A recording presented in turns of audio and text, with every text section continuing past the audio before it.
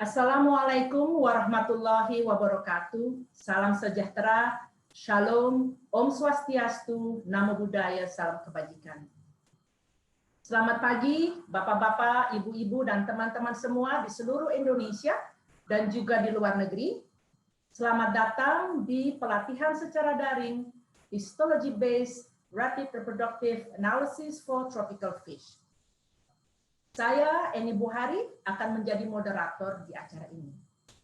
Selamat datang di modul kedua pelatihan secara daring ini.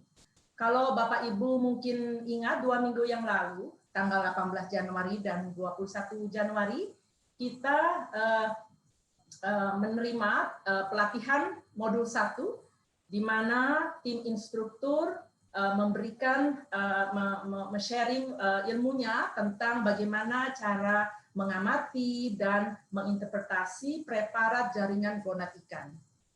Pada hari ini tanggal 1 Februari dan juga hari Kamis tanggal 4 Februari, tim instruktur akan memberikan pelatihan dengan fokus kepada analisis statistik data reproduksi.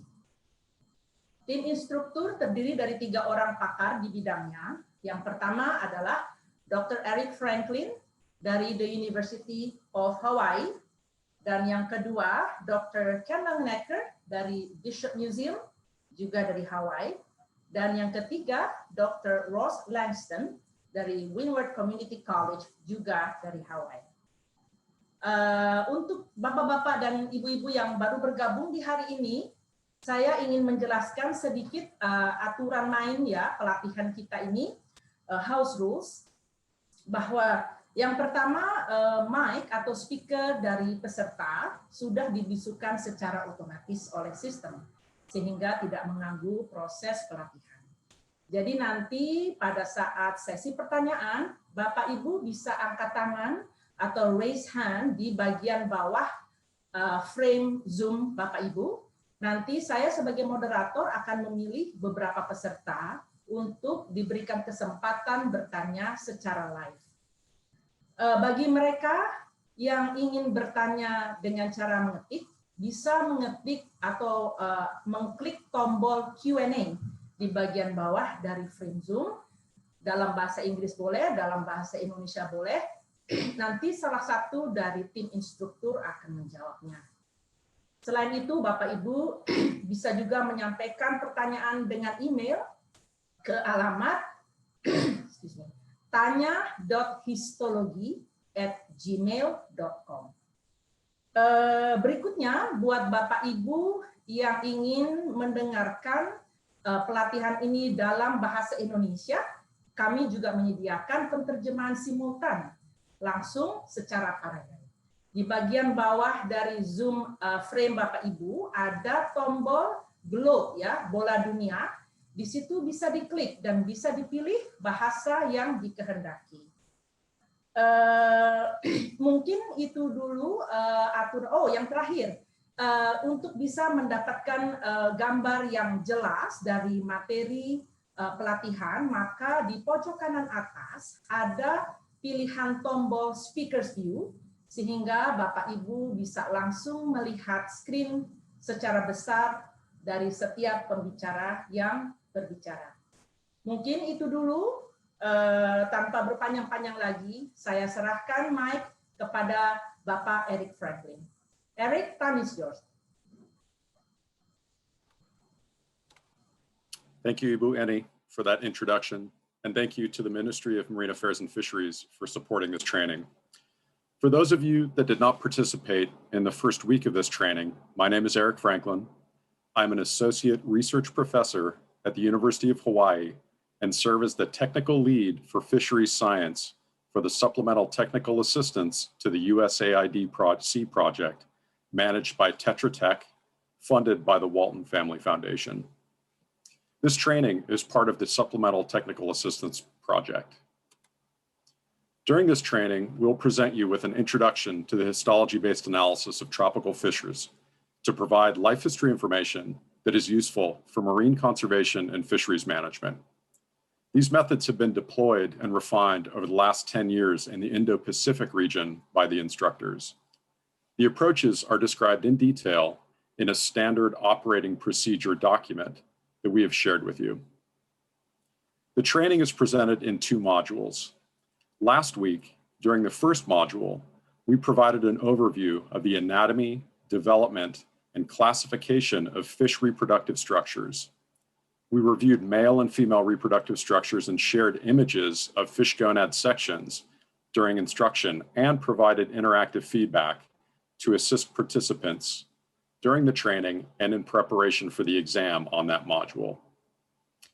As we shift to the second module, let me briefly provide a broader perspective on why you might use these methods that we cover in the training. The methods can provide an important life history information set of parameters that is particularly useful for single species fishery stock assessments. For example, spawning stock biomass is a critical metric used to inform the status of a fished stock. In order to estimate the spawning stock biomass, you must first know the size or length at maturity for that species, for which can be estimated using our methods. And then you can use that information to determine the total biomass of fishes that are old enough to spawn, in other words, the spawning stock biomass. Similarly, estimates of fecundity provide a detailed description of the reproductive potential for a stock by estimating an egg production at size relationship. Finally, we highly recommend the use of histology-based methods to determine fish gonad sex and maturity stage, because we, as well as other published studies, have found that visual methods alone can give misclassifications of sex and maturity for individual fish that lead to errors in the estimates of size at maturity and spawning stock biomass for the species.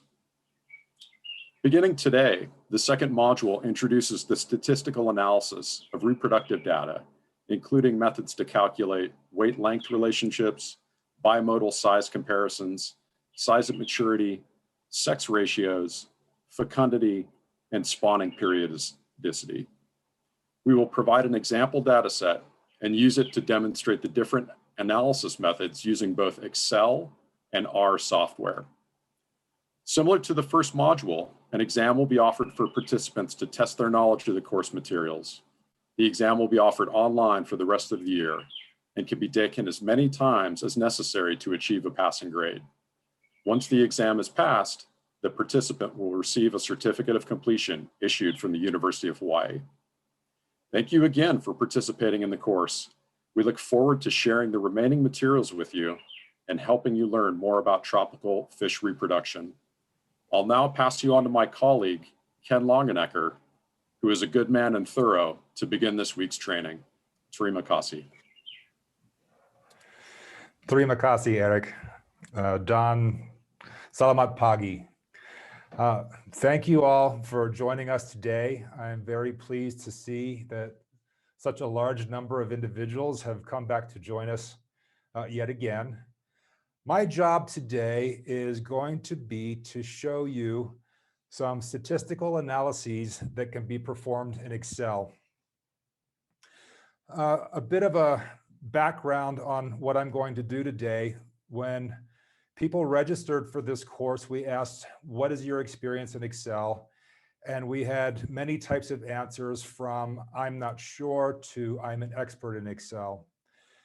Today, during the presentation, I'm going to assume that people do not understand or have not used Excel. So in other words, we're going to be looking at some very basic ways to manipulate Excel. And I hope those of you who are experts in Excel will not be offended by my simplistic approach.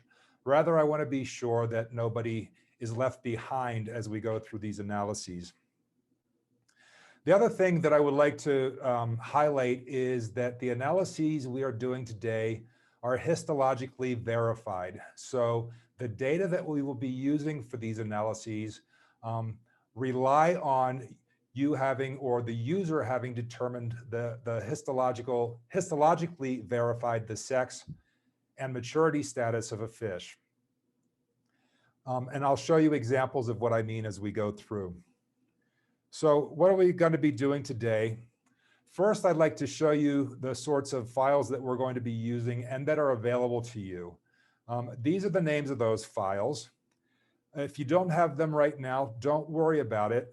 I do want to highlight that we recommend that people just watch the video today or watch the webinar and try to do the analyses a little bit later on. Unless you have two monitors and can switch back and forth between watching me and doing your own manipulations in Excel, we're afraid it might be a little bit too easy to fall behind. If you don't have these sheets or don't know, or when you're ready, if you don't have these spreadsheets at hand and don't know where to find them, I'd like to remind you where they're at. This is our Laulima website.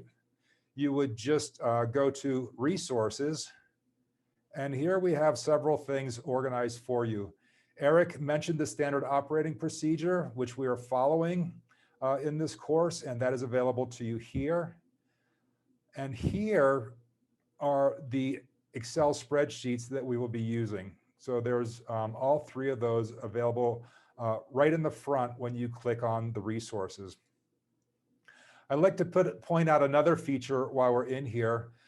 We do now have a set of tutorials for all of the subunits that we will be talking about today. And those are available in a new Jungle Histology YouTube channel. So if you click on that link that I just showed you, you'll be taken directly to our YouTube channel.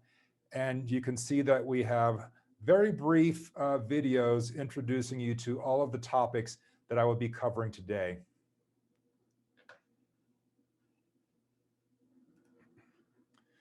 One more thing that is in the Excel tutorials is a PDF explaining how to do the plotting that we're going to be doing in Excel today. Unfortunately, when we wrote the SOP, we did not include instructions for plotting. So if you get a little bit behind, you can either refer to the YouTube videos, which go through the plotting procedures, or have written instructions by clicking on this link.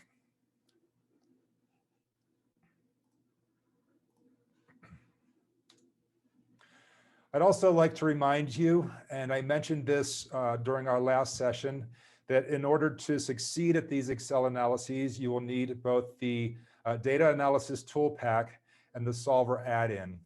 Here are the links to instructions on how to load those. Also, last time I gave a very brief PowerPoint presentation. That PowerPoint presentation is available in Laulima under the training resources, and we've organized everything and put all of the PowerPoint presentations in right now. So here was preparation for statistical analysis in Excel. The very brief presentation I gave in the first session is available. The presentation that Ross gave is available, and the presentation that you're going to be seeing today is also available in Laulima. So all those resources are there for your use if you would like to use them.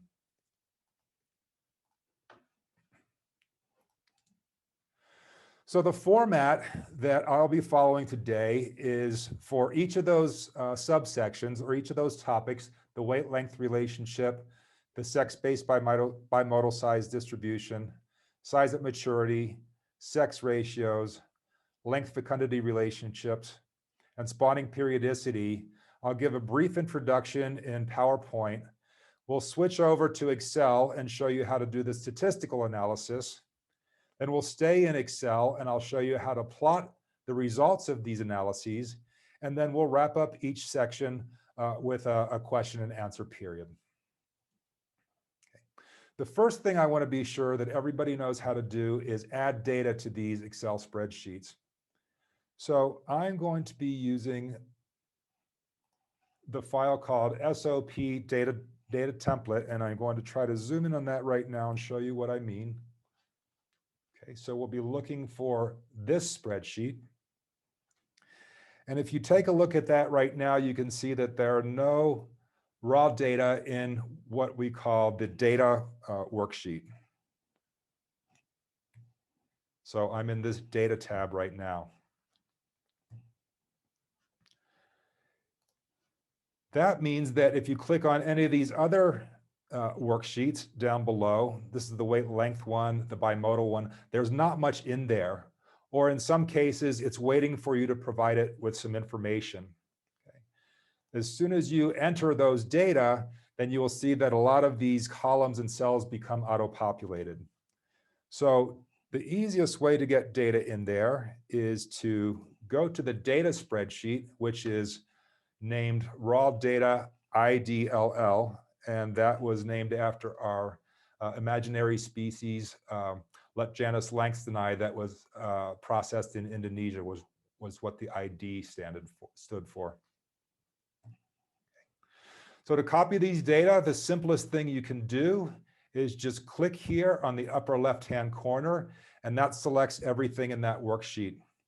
Now, I have a little bit of a confession here. I'm old enough that I started using computers when you had to use keyboard commands instead of a mouse.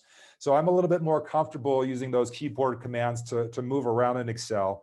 I'll tell you what I'm doing with those keyboard commands, but also point out what you could do if you're more comfortable using the mouse to call up some commands.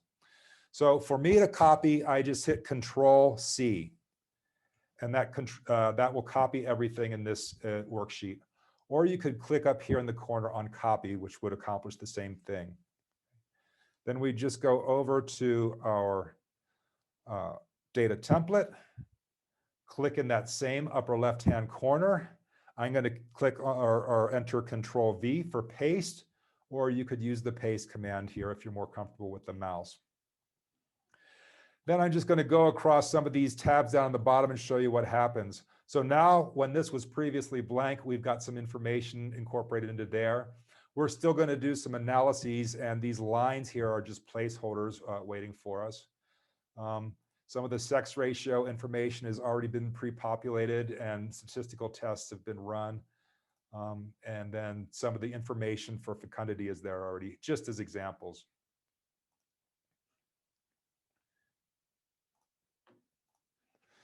So now that I've shown you how to add data, and hopefully everybody understands what that process is, we're going to dive right into the weight-length relationship. So another confession I have right now here at the very beginning is that the weight-length relationship really doesn't depend on histology. This is simply a byproduct of all that information that we were gathering as we were processing the specimens. And if you remember back to that first presentation I gave, we measured the length of the fish, and we also weighed the fish for other purposes.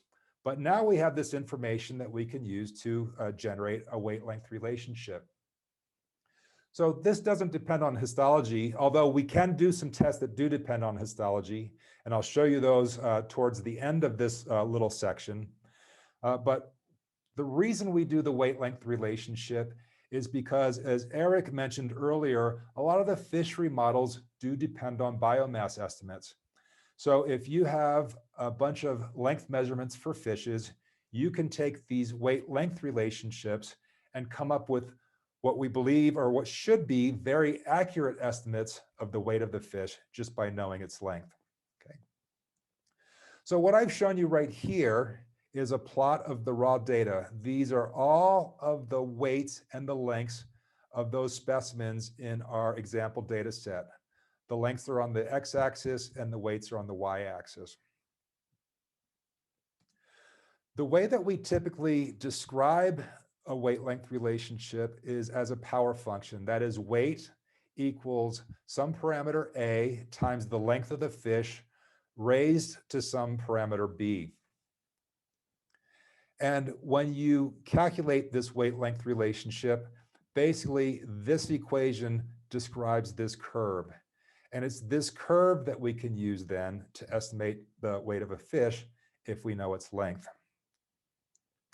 Now, curvilinear relationship isn't something that Excel likes to do. Rather, it likes to do linear regression analysis, and we'll show you what that is in just a second. I also suspect that back in the early days that people took this approach in linear regression because it was a little bit easier to do the statistics before powerful computing was available to everybody. So how do we linearize those data? we simply log transform them. And now we have the log of the length. This is log to the base 10 of the length on the x-axis, and the log to the base 10 of weight on the y-axis. And those two equations are now related to each other in this way, that linear regression basically takes the form of a line. So we have log of the weight, which is related to the weight up here, equals log of that parameter A, this parameter that we're looking for in the weight length relationship, times B, or the slope of the line, which is the same thing as the exponent in this equation, times the log of the length related right here. So I've shown you here is that same linearized data, that log transform data. I've expanded the plot so you can see that basically this log of A is the intercept right here. And then the slope of this line is this parameter B. Okay. So what we can see here is if this slope of the line is about, here we're going over 1 unit, and here we're going up 1, 2, 3 units, is about where this line is above the 1. It's about a slope of 3, and that's, about a slope of 3, or this exponent is going to have a value of about 3. That is that weight tends to be a cubic relationship of length. And if you think about it, that's because as a fish grows, it's not only getting longer, it's getting deeper, and it's getting wider. So it's growing in 3 dimensions. Okay, so with that simple introduction, let's go to the Excel spreadsheet and see how we do the full weight length analysis then. So we have right here in these 2 columns, we've already log transformed our lengths and weights. Excel has simply gone and looked through all the length data on the first data spread, or the first data worksheet, and log transform it. This is log to the base 10 of length, and this is log to the base 10 of weight. What we want to do now is linear regression on that. And to get there, we're going to click on the data tab here at the top, and I'll zoom in a little bit to show you what I'm talking about. We're going to click on this button at the top. And then we're going to go over here and click on data analysis. And this is that add-in that I told everybody is going to be necessary to complete these analyses. Okay. When you click on data analysis, a new window should pop up. And all you need to do is click on this button, regression, and click on OK. And it's going to ask you to input some data. So I'm going to zoom out in just a little bit. I'm going to explain to you right here what it is that we're doing. We're going to input the Y range, or the log of weight. Then we're going to input the X range, or the log of length. And then we're going to choose our output option so that it shows up on the same page we're looking at the log transformed weight and length information. And I'll show you how to do that in just a second too. So we're going to input the Y range.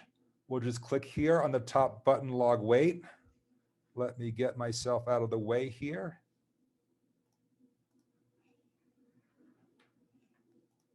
Uh-oh, what have I done?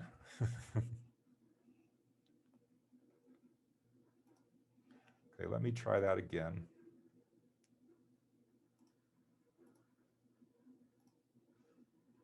Okay, so we'll click on this top button, or the top cell, and then I'm just going to hit Shift and page down, and we're going to get all of that, those log transformed weight data.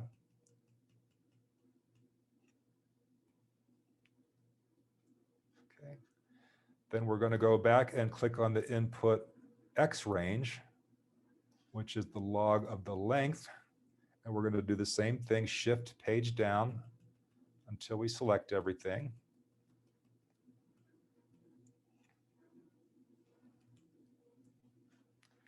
And then for our output range, I'm going to, basically we have these set up right here as a placeholder. So I'm going to click in here and then click on this cell D1 and hit OK. And it returns basically the full linear regression analysis for us. This explains how well this curve relates to the data, the raw data that we've plotted. This says that it's a significant relationship, that these data are not randomly associated with one another. And then here is the intercept, that value which equals log of A, and this x variable 1 is equal to the slope, or the variable b. Now, if you remember, I said that this is not the a parameter that we're looking for, but rather we have to back transform that. So basically we have to, I'll show you what's going on here. We'd have 10 raised to the power negative 1.855, and that equals, oops, and that equals 0.139. So our a parameter in that weight length relationship is 0.139, and the b parameter from either the linear regression or the weight length model were equivalent, so 3.11. Again, about 3. Like I said, we expect most fish to have that that exponent. So what does this curve look like, or how can you make the curve like I showed you in the introduction in Excel? To do that, we're going to go up here to insert, and I'll zoom in a little bit to show you what I'm talking about. We're going to insert. Now we're going to come over here to charts, and we're going to just choose the scatter plot. Oops, sorry, I do this all the time. Let me get rid of those data. It's plotting something that I didn't want it to plot.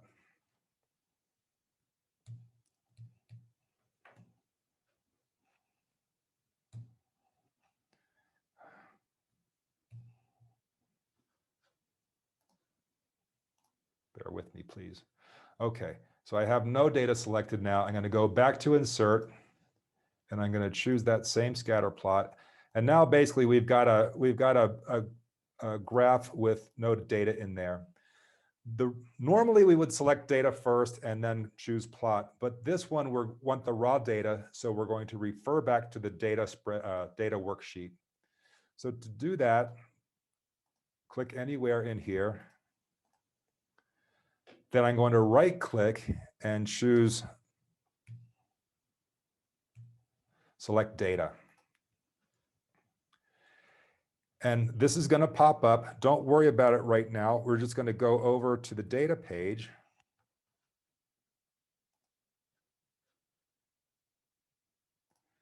Get this out of the way, and we're going to just simply select the G and H, or length and weight columns. Oops, it didn't look like what I did. Let me try that again.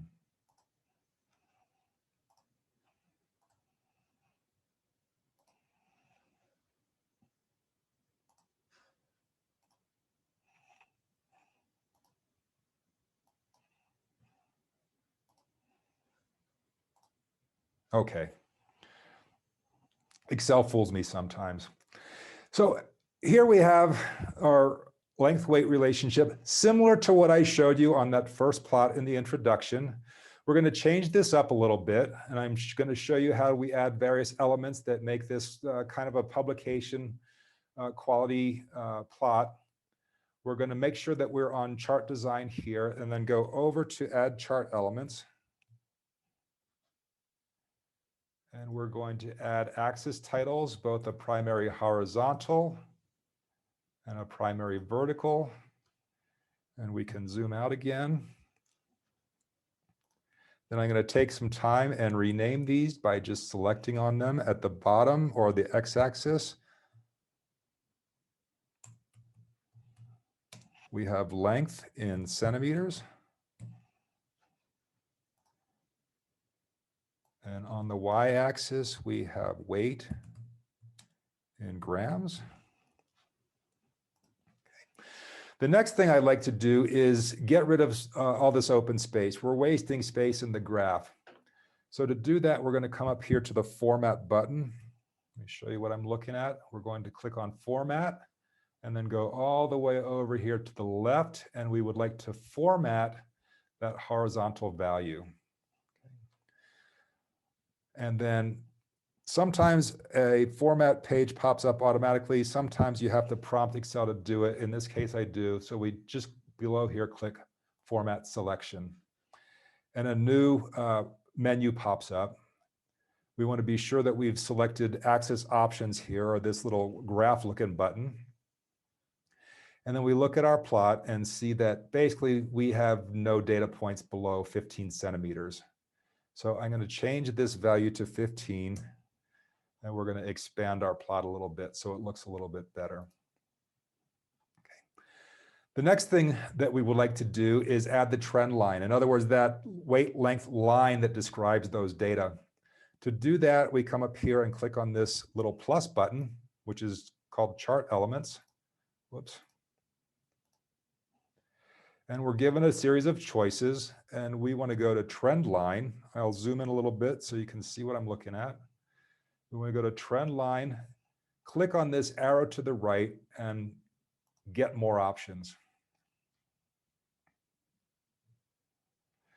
We come over here to the menu that pops up, and we're interested in the power function. So we're going to click on this button. What Excel has done right now is added that trend line, but it's chosen to add it in the exact same color of the original raw data point, so we can't see it. So what we would like to do is change the color of that trend line. We'll come up here and click on the fill-in line. And then we want to change the color. I'll have to zoom out a little bit to show you what I'm doing here. We'll click on this button and just choose, I'll choose black. And basically you've got the same plot that I showed you at the very beginning with both the raw data and that weight length regression line. Okay, so the this line, which estimates length, or estimates weight, I'm sorry, is equivalent to A 0.139 times length raised to the power of 3.122. A couple of caveats here, and we don't have time to show you in this presentation, but sometimes if you're going through and getting peer reviewed, you're submitting this to publication, people would say, hey, it looks to me like you've got some outliers. Have you considered those? The way that you can approach that is to look for the residuals in your data, and you can basically arbitrarily choose a value and say, okay, if the residuals are greater than a certain amount, I'm going to exclude those data points. We're not worrying about that for the purposes today, but be aware that reviewers may want you to do more than we've shown you right now. The other thing that I'd like to point out is that this was a weight length relationship for all individuals on the population. One of the other things you can do is a weight length relationship for males and a weight length relationship for females. And you can test whether those two relationships differ by using analysis of covariance. And analysis of covariance is beyond the scope of what we're going to be doing today, but just a brief tutorial on how we would do a sex-specific weight length relationship. So we go to our raw data, and we're going to sort those data according to the variable histosex. So let me zoom in a little bit. We'd click on the data button, go over here to sort. Be sure that you click my data has header rows because they do, and then you have all the names of the parameters that you can sort by. And again, we've selected all data in this data set. We click on histosex and click OK. And now what you can see is that all of the females are listed first, especially the immature females come first. And as we go down through, that changes to mature females, then it turns into immature males, and then it changes into mature males. And down here were all the unknown ones. Either we lost that tag that was associated with the specimen, or we lost the stub itself, or we sampled tissue that wasn't gonad. So we didn't truly histologically know what this was. So basically, this is an analysis for histologically verified sex, either males or females. So to do the weight length relationship for females, we would just select all of these length data points that correspond to a female, both immature and mature. And I'm going to go down this far. And if you can see right here, I've stopped when it changes to males. Okay. Hit Control C. Whoops, I'm sorry, we needed the weights too. So let me be sure we copy those over. So I'm going to hit the Control right arrow and then hit Control C again. Then go to our data sheet, enter, Control paste, go to the weight length page, and you can see that we've got the logs of the lengths of the females and the logs of the weights of the females entered here. And then you just do the same regression analysis to come up with the weight length relationship, a sex-specific weight length relationship. Okay. So that is all that I had on the weight length relationships for right now. So I believe we can go and take some questions. Okay, now we are in the question session ya. Bapak Ibu silahkan angkat tangan kalau mau bertanya secara langsung.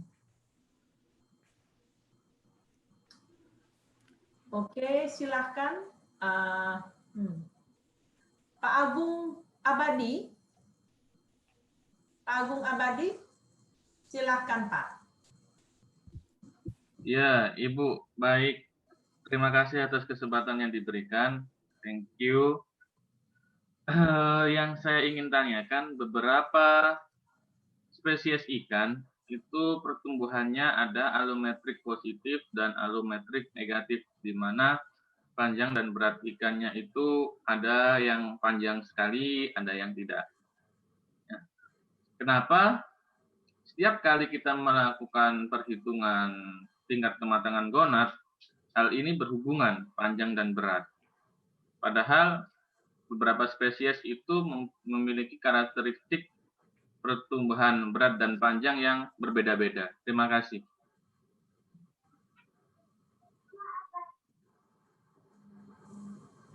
Okay, Ken. Annie, I'm sorry, I'm going to need a translation, Annie. Oh, I thought translator already.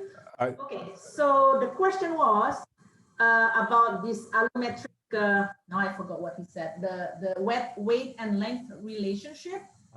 Fish that sometimes, I think if I'm not mistaken, he said positive allometric and negative allometric, and how that is addressed in the histological analysis. Begitu ya Pak Agung? Ya, Bu.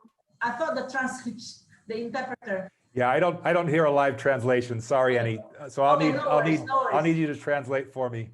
Okay, great. No worries. Yeah. So it's related with the positive allometric and negative allometric in fish. So they have different kind of, you know. They do, and basically, I think the answer is that basically, if you see a B value or an exponent less than 3, we say it's negatively allometric. And if you see one that's much greater than 3, we say it's positively allometric. So, and honestly, we don't deal with that sort of morphology the way that many people do. So that's about the extent of my knowledge there. Maybe Ross or Eric can add something to that, but I think we can give you that. You get the answer with that B parameter. Mm-hmm. Ross or Eric, do you have anything to add? I do not. Sorry. I don't, only because I've been typing, answering other questions. Could you repeat the question for me? How the weight length relationships relates to the allometry of fishes, and he was particularly curious about negative allometric relationships and positive allometric relationships. And my answer was that basically my familiarity with that is very limited, but it tends to be if you see a value significantly less than 3, then you've got negative allometry, and if you've got it significantly greater than 3, then you've got positive allometry. I would agree with that. That's when you said that, that's exactly what came to mind for me. So I agree with that interpretation. Gimana Pak Agung? Apa pertanyaannya sudah dijawab atau butuh penjelasan lebih lanjut? Pak Agung? Jadi maksudnya adalah ketika kita menghubungkan parameter berat dan panjang terhadap suatu spesies, misalnya sidat atau belut, kan alometriknya positif atau panjang sekali dia. Tubuhnya memanjang, tidak melebar.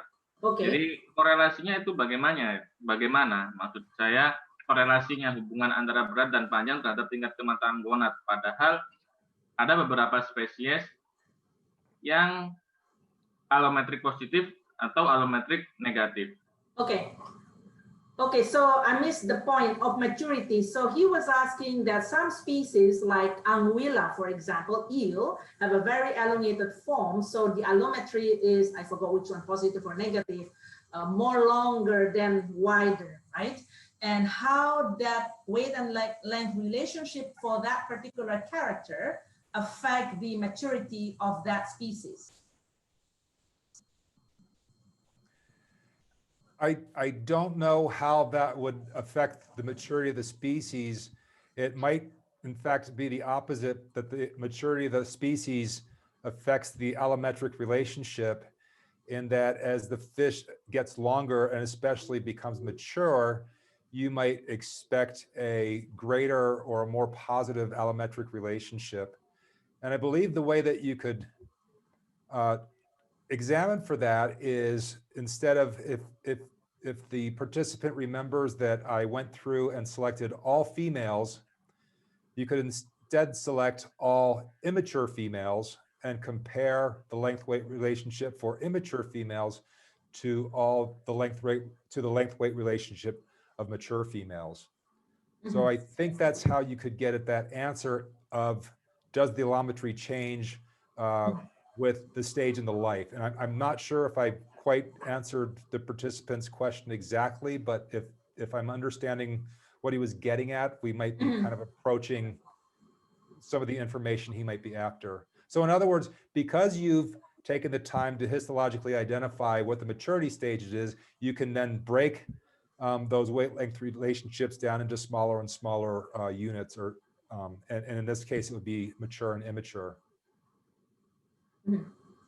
Jadi jelas ya Pak Agung ya. Jadi nanti di analisisnya itu dikelompokkan, ada yang mature female, immature, betina yang sudah dewasa dan betina yang belum dewasa. Nah dari situ bisa dilihat hubungan length relationship-nya ke tingkat alometrianya Pak. Terima kasih Bu. Oke, sama-sama. Thank you Master. Ya. Thank you. Berikutnya Ibu atau Bapak Filza Kintan, silahkan Filza Kintan. Yes, ma'am. Silakan. Thank you for the opportunity. I want to ask, when we make the weight-length relationship and we want to make the trend line in the graph, so why do we choose power? Because there is another option like exponential and linear, but we choose power. Can I ask why? Thank you. Yes, so if I'm going to try to go back and let's see. Let me try to add a trend line again. Oh, I'm not showing my, hold on.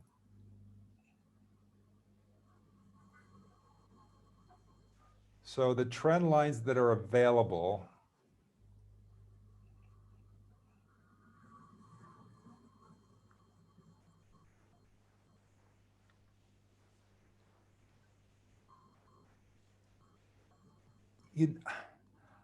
quite honestly, I have never used the exponential. We may be able to do something with the exponential as well.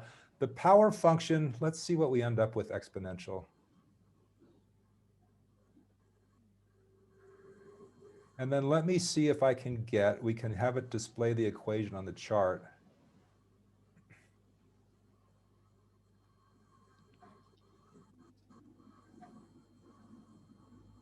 I honestly do not know the answers to that, and I apologize. What I can say is that basically, I would always do these analyses in a different program, and I apologize for that. You'll see me struggling with Excel sometimes. But if you remember from the weight length relationship, these are the parameters that we were after that we've solved for linearly. And I knew based on working with Excel that power function gave us the correct answer. I don't know what I could tell you any more than that. And I'm sorry to Eric is always our statistical genius here. Eric, do you have anything you can add to that? Why the exponential? Well, go ahead. Why the exponential function in Excel, which was a very good question, because there were several options when we chose the trend lines for this, from polynomial to exponential to power. Exponential didn't work, although the form of that exponential function was very similar to this, but it didn't give the proper results, whereas a power function did. Yeah, the power function just describes the structure of our weight length model. So basically it's taking the parameters that we're inputting and fitting the data to that particular model. So that's the underlying model matches basically what the mathematical model is that we're trying to describe. Is that enough?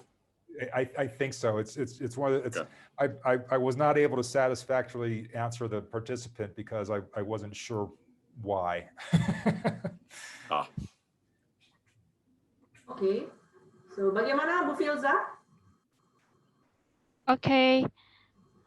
Oke, terima kasih. Selanjutnya Pak Ngurah Wiatnyana. Silakan Pak.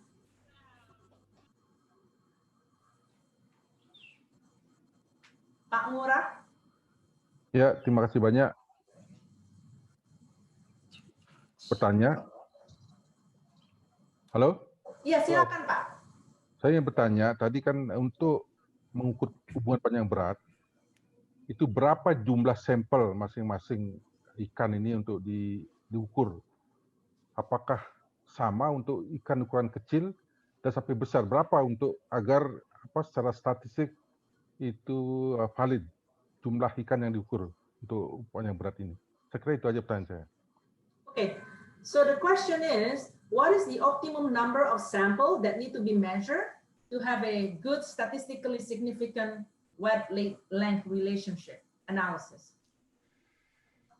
Honestly, that depends on how much your data are scattered. So you're going to see, for instance, that we do present you with an exam later on, and some of those questions for weight length relationship are as small as 15 individuals.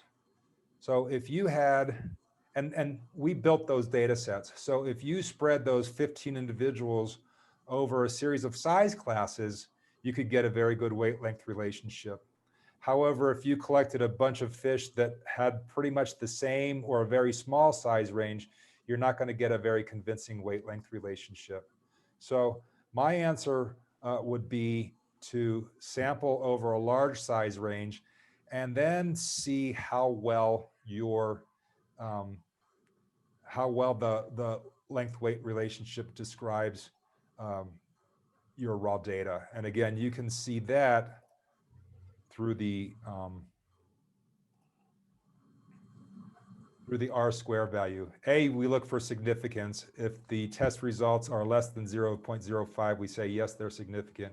But B, we want to be sure that you have a nice adjusted R-square value, okay? So basically that shows you how well that model that you came up describes your raw data. So again, I guess it's, I realize this is not a very satisfactory answer, and I apologize for it, but basically the answer depends on what your data look like and what your collection looks like. Can I chime in too? Of course. Yeah, I think, you know, there's a few things to consider. One is the range of lengths that you have. So let's say you have a very high sample size, but it's all concentrated in just a section of the potential size range of that fish. That's still not enough.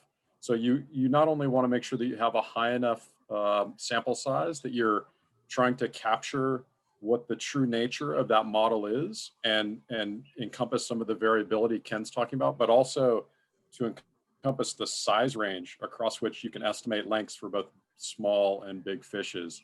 And what we find generally is, at least in my own work and you know, Ken and Ross, I think when we hit about 50 specimens and higher is when we start to have more well-behaved curves. Things lower than that, and again, that's if they're distributed across the range of the fishes. Things lower than that, you can have some problems. And so it really also depends on, you know, as Ken said, the noise in your data, the kind of precision you're looking for in your overall outputs. But typically weight length models are going to have a very high R-square value, you know, 95 and 0.95 and above. So that's going to be kind of the goal that you're looking for. And I think I would add to that there's some papers out there, Froese et al., I believe it is 2011, and they give an editorial view on how you should do length-weight relationships. And I believe that those authors said that if you do see the R-square value less than 95%, you should expect that there's something wrong. Either you've got some serious outliers in your data or you haven't collected enough. And thank you, Eric, for reminding me of that. Oke, bagaimana Pak Ngurah?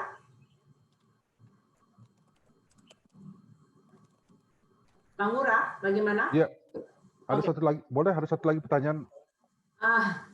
Tambahkan tadi ini gini kan, di tropikal ini kan ada silakan Pak. Dalam pengumpulan data, tadi kan panjang berat ada kaitannya dengan kematangan gonad. Oke. Nah, pertanyaan saya, apakah kita perlu dalam pengumpulan data ini sepanjang tahun atau pada musim berbeda di dalam satu tahun ini? Apakah hanya misalnya bulan Juni aja atau kita harus beberapa bulan agar mendapatkan korelasi nanti kaitannya dengan panjang berat dengan kematangan gonad tadi, tingkat kematangan gonad tadi? Okay. Okay. So the follow-up question to that is the timing for the sampling. Does it have to have the samples collected every month of the year, or is it only like particular month of the year, like particular season, to get a good capture of this weight length relationship significance? That's a very good question, and it's something that we haven't truly examined before. I know that a lot of times if you read in ichthyological papers, people will look at condition by season and sometimes see that fish are fatter at some times a year than the other. So you might see some variability that way. And that's another way that you could approach the weight length relationship information to see, does this vary by season? In our approach, and I apologize for this, but mostly what we're after is histological verification of the sex and maturity status on the individuals. And then we could go on and do these other analyses because we have very high confidence in how we've identified these organisms. So we haven't looked at things like seasonality in weight length relationships. Oftentimes we're trying to collect over the full year to get a good sample size that way, and then the fine tuning of the weight length relationships isn't our emphasis. But I can see, based on condition factor that I've seen reported elsewhere, that you might expect to see slightly different relationships sometimes. Okay. Okay. Terima kasih Pak Ngurah. I think if I could add, I would just say that to the participant, the person that asked the question, that if they do weight length relationships over a limited time of the year or a whole year, that basically they would have to explain in their materials and methods that this is the data set that they were working with, so that the readers or reviewers then could understand the limitations, if there are any, in what they had done. Okay, great, thank you. Terima kasih Pak Ngurah. Pertanyaan terakhir Pak Prawira Jarinta. Silahkan Pak Prawira. Pak Prawira Atmajarinta. Yes. Can you hear my voice? Yes. Thank you. I hope my voice reaches you well, since I likely have problem with my connection here. About the outliers, good. sometimes we know that might be our mistake when inputting in our data set, but sometimes the data is really there. The strange data that we call outlier, should we keep them or we delete them? What's the consideration about that?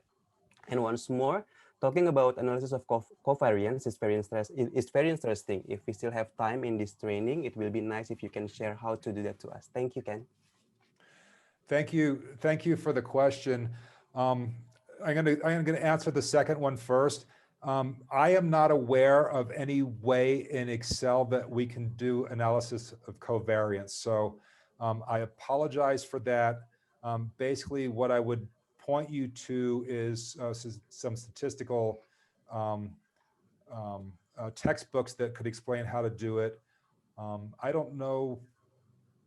I use a different program for the analysis of covariance called Minitab, for instance, and that's the only way that I know how to accomplish that analysis.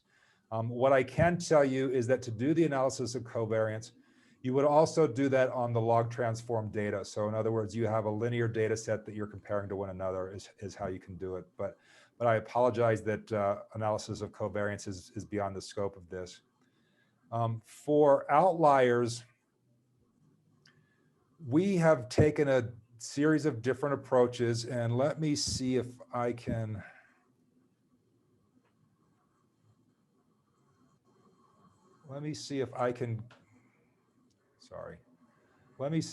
show how you might be able to approach this. And I'm just going to data analysis again to regression. We're going to overwrite our data, but it says show residuals down here. There's a button that you can click to show the residuals. And saying we're going to overwrite the data and tell them, okay, that's fine.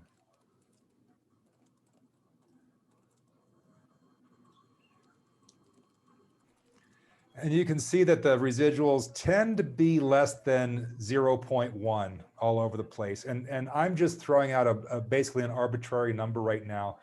You could look at those data plots and figure out which one this was. For instance, it was the furthest one out there, and say, okay, if it's greater than, if it's somewhere around there, then it's a residual. There are unfortunately no really hard and fast rules about what you call a residual and what you don't call a residual. I think in the past we've used numbers like 0.1. If we see a residual of 0.1, we're going to throw it out. We've also used smaller numbers in the past, okay, just to try to clean up the data set. I think the big thing is that, as we had mentioned earlier, as Eric reminded me, that if you go through and do your analysis and see an adjusted R-square value much less than 0.95, you've probably got some residuals in there, and then I would just start throwing out the data points that have the largest residual values, is the best advice that I could give right there. Okay. Bagaimana Pak Prawira? Makasih Bu, it's crystal clear. Okay, great. Thank you, Pak. Okay, now back to the bimodal SAS distribution. Ken. Okay, should I take off?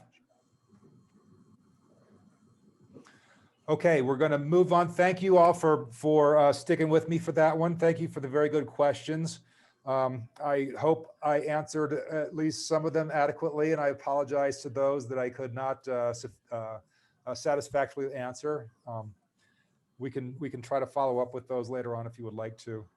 What I'd like to talk about right now is whether there's a sex-based bimodal size distribution in the population that you've analyzed. And again, sex-based means that we are looking at the histologically determined sex in order to do this, this analysis.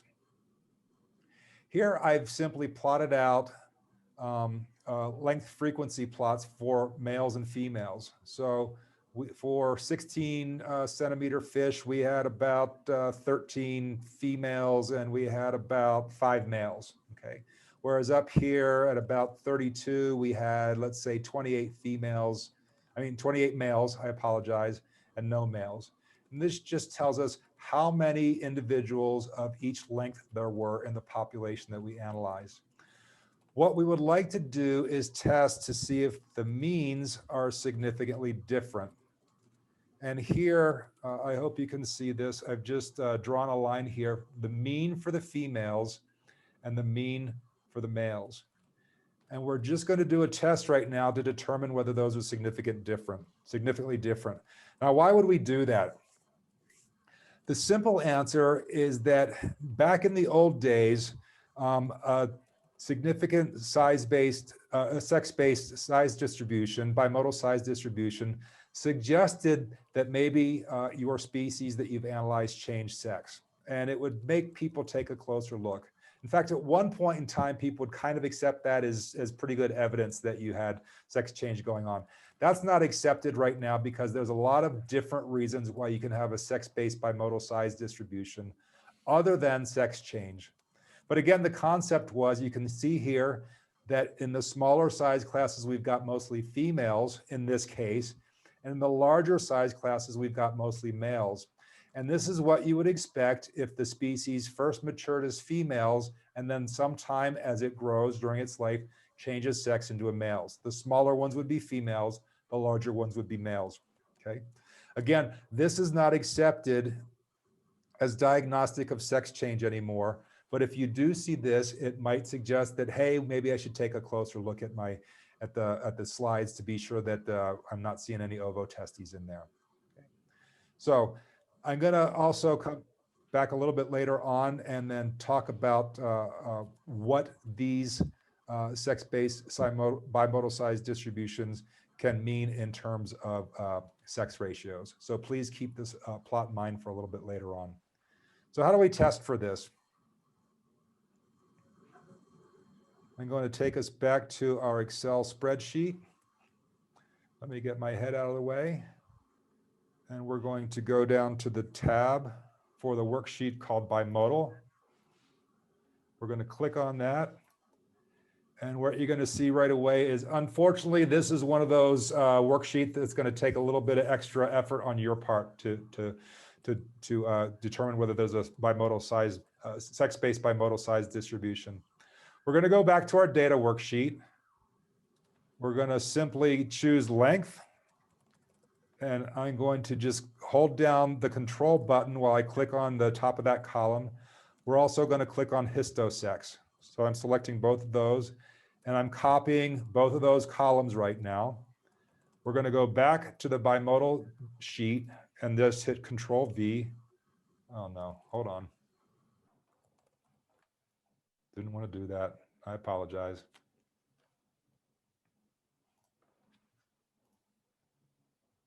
Let me try this again.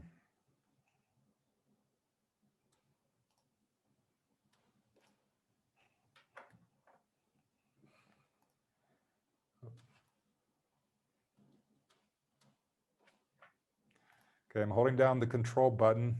I need to stop doing this. Okay, I'm holding down the control button and clicking on G or length, and I'm holding down the control button and clicking on the J column or histosex.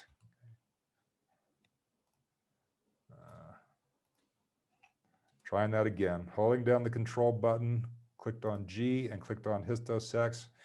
Hitting Control C to copy. Apologize for my difficulties there. Going back to the bimodal sheet, clicking on that top button and hitting Control V. And now we've got our length data and our histosex data in these columns. These are just raw data now. What we like to do is sort these. So making sure that both columns are selected. We're already on the data tab, which is good because we want to go to this sort button. Okay. Again, I'll zoom in a little bit and show you what we're doing. Click on sort, and we're going to have a series of choices that we can do. Make sure my data has headers as selected because we do have headers at each of those columns. And we can either sort by length or histosex. We want to sort by the histologically determined sex. So now we can see, just like I did when I was showing the example for sex-based weight-length relationships, everything is sorted into females first, the immatures and the matures, then the males, the immatures and the matures, and then all those unknowns are going to be down at the bottom. Now, the test that we're going to use, and we have to use data analysis again, the test that we want to do is a t-test. So let me zoom in here for data analysis. We'll click on our possibilities. And at the bottom, we can see that we have 3 options for t-tests, and we need to do an analysis first to determine which one is appropriate for us. We're not going to use paired 2-sample t-tests for means, because that's assuming that you've taken 2 measurements on basically the same individual. So we have 2-sample t-tests, and we have to determine whether we're using the one assuming equal variances or the one assuming unequal variances. Well, how do we check for that? We're going to do an F-test for 2-sample variances. So click on that, hit OK, and we're going to come up with the same sort of screen you saw for the regression. We'll have to input our variables, and in this case, we're going to input the lengths of all the females. For this cell, we're going to put in the lengths for all the males, and then we're going to have our output go on the same worksheet so that we're not having to jump all around all over the place. Okay, so I'm going to zoom out a little bit and show you how we select these. Click on that top button, then select all the lengths for females. I'm just holding down Shift and then using page down so that I can select all the females. I'm going to go down to the next cell and choose the length for all the males, holding Shift and Control down.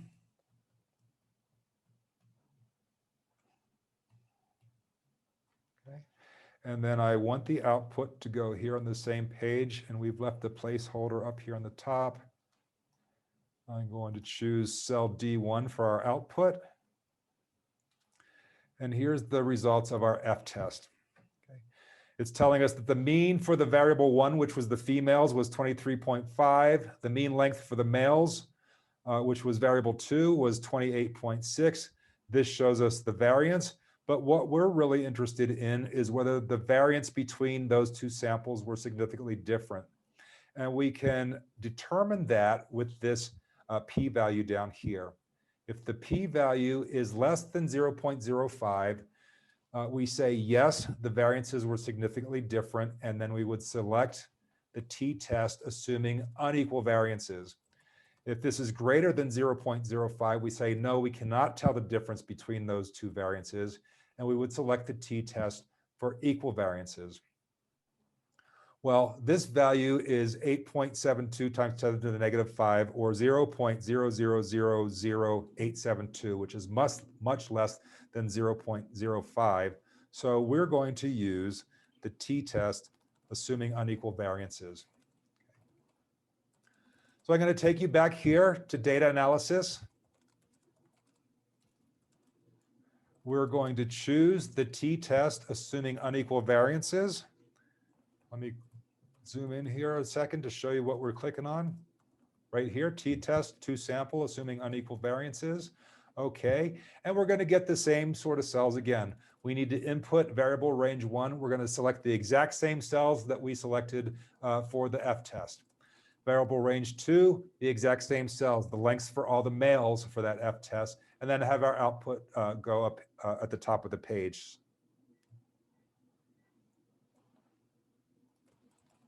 So variable range 1, we're clicked on already. I'm going to select all those lengths, holding down Shift and using page down to get through all the females.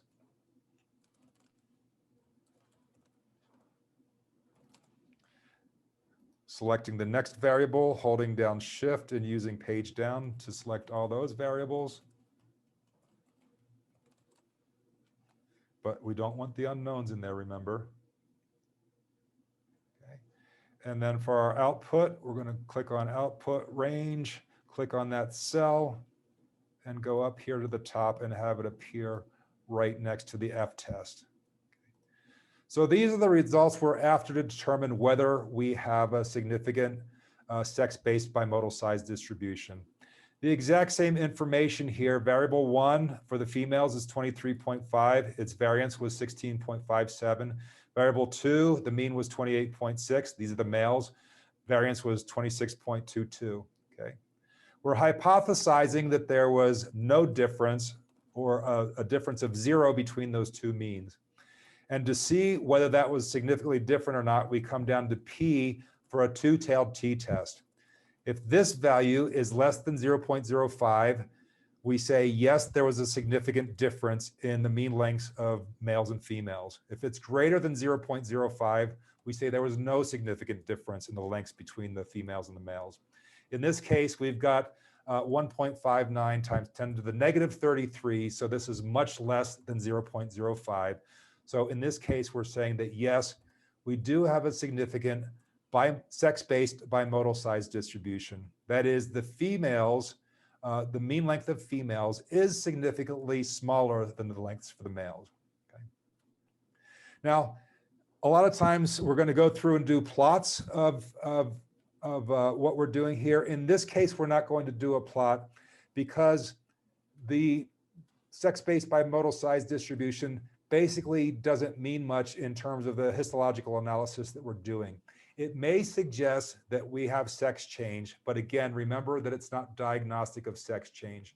You don't have to have a significant bimodal size, sex-based bimodal size distribution to see sex change. Likewise, if you see a significant sex-based bimodal size distribution, it doesn't mean you have sex change. Rather, it's suggesting that you may have sex change. So we're not going to bother doing any plots because basically a lot of journals that are out there would not be interested in seeing those plots for the purposes of what we're talking about here. So that is all that we have to say about sex-based bimodal size distribution at this time. And Annie, we can go back and take any questions if there are some.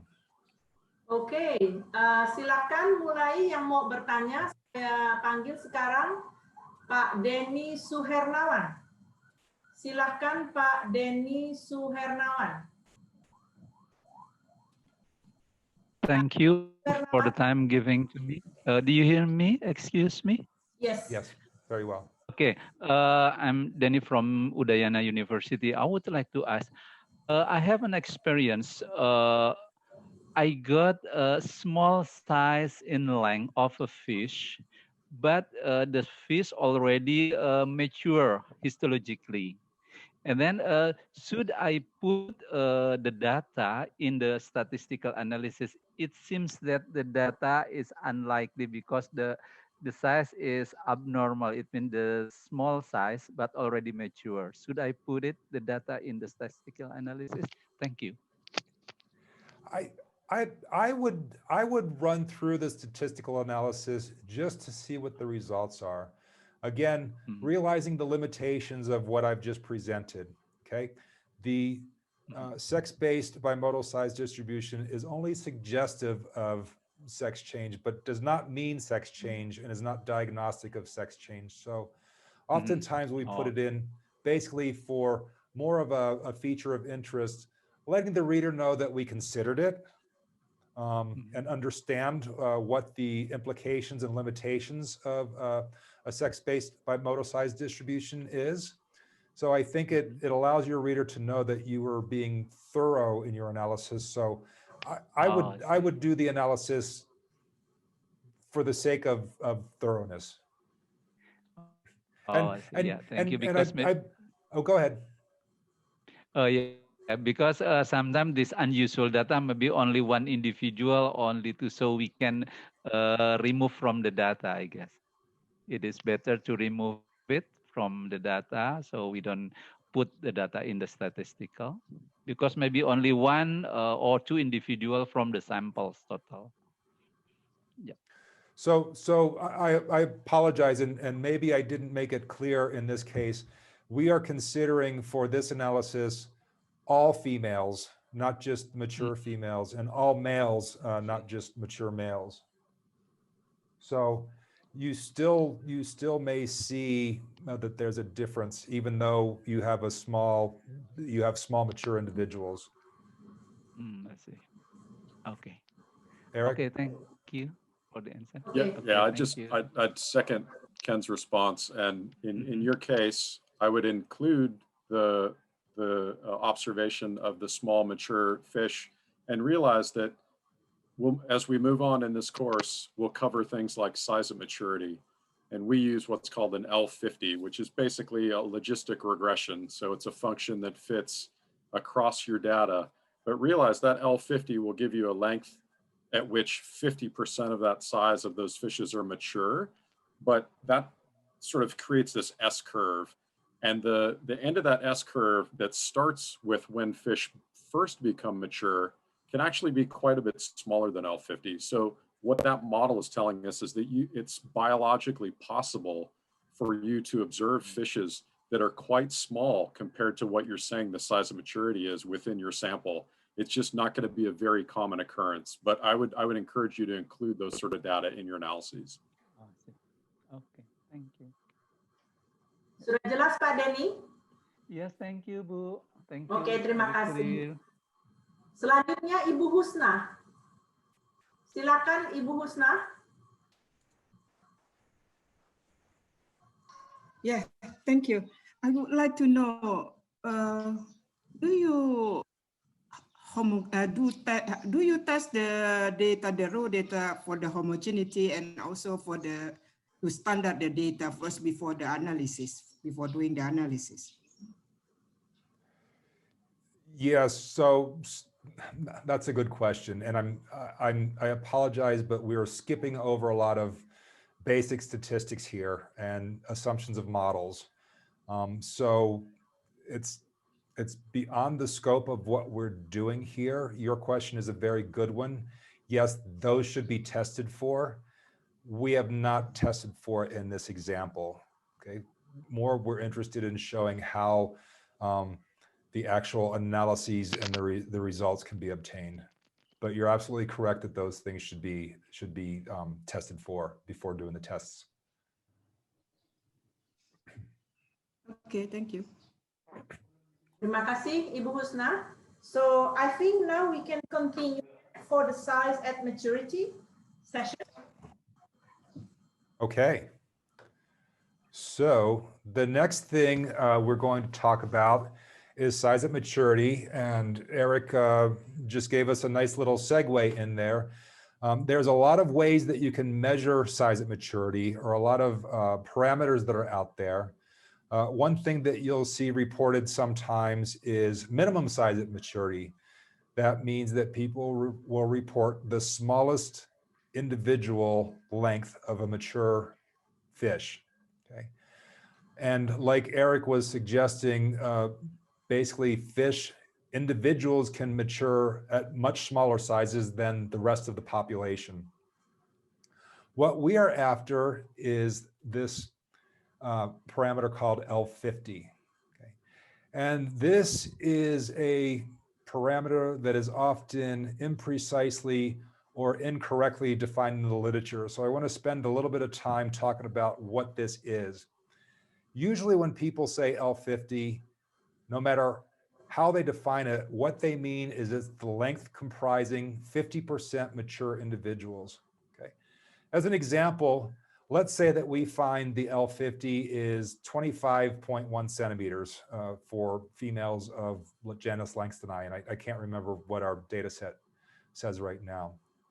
What that means is that if you take all females that are 25.1 centimeters long, the model would predict that 50% of them are going to be mature and 50% of them are going to be immature. If you look at individuals smaller than 25.1 centimeters, the model is going to predict that fewer of those individuals are going to be mature. And if you look at individuals larger than 25.1 centimeters, the model is going to predict that more of those individuals are going to be mature. Okay, so we're after this length comprising 50% mature individuals, and we accept that as our size at maturity. Some of the ways that you'll see L50 defined in the literature is the length at which 50% of individuals are mature. That's imprecise because it leaves things open to interpretation. We believe that most of the time people mean this, it's the length comprising 50% mature individuals, but it could be interpreted as the length at which 50% of the individuals in the population are mature. And I have occasionally seen L50 defined exactly that way, as the length at which 50% of the individuals in the population are mature. And that is not equivalent to what we're doing here. If you think about fish and their mortality or survivorship curves, you oftentimes have way more small fish likely to be immature than you do have large fish, the ones that are likely to be mature. So if you're trying to come up at the point in the population, at the length of the population where 50% of the individuals are mature, you're likely to come up with a value, if you're following the definition that is given, that is much larger than L50, okay? So please always remember that L50 means the length comprising 50% mature individuals when we're using that term. So what do our size at maturity data look like? Here we have length, and this is a size at maturity plot for females using our example data set. So over on the y-axis, we have proportion mature.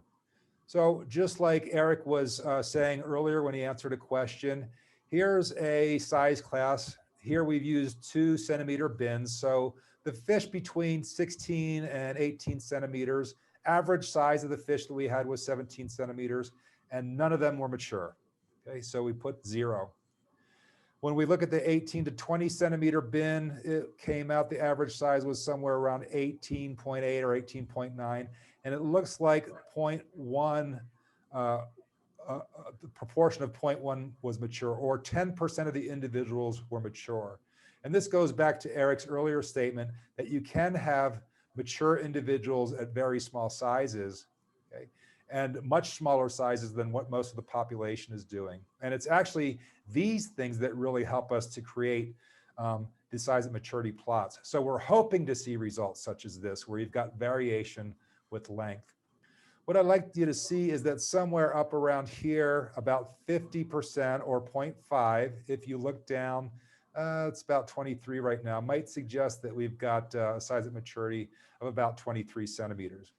But we want to model that. And we model that using this logistic equation that Eric had mentioned earlier, okay? This basically means the proportion mature at any given length equals this formula, where we use the length of the individual or the length of the size class, this variable L50 that I was talking about earlier, or the parameter L50. We also use L95 to calculate this, which is the length comprising 95% mature individuals, or somewhere up around here. When we model this, we come up with a curve that looks exactly like Eric was suggesting, kind of an S-shaped curve. And I'm going to show you graphically what this is telling us. We'll go to Excel and solve it mathematically in just a little while. So I'm going to draw a reference line across here. This is 0.5. Okay, it represents 50% maturity on the y-axis.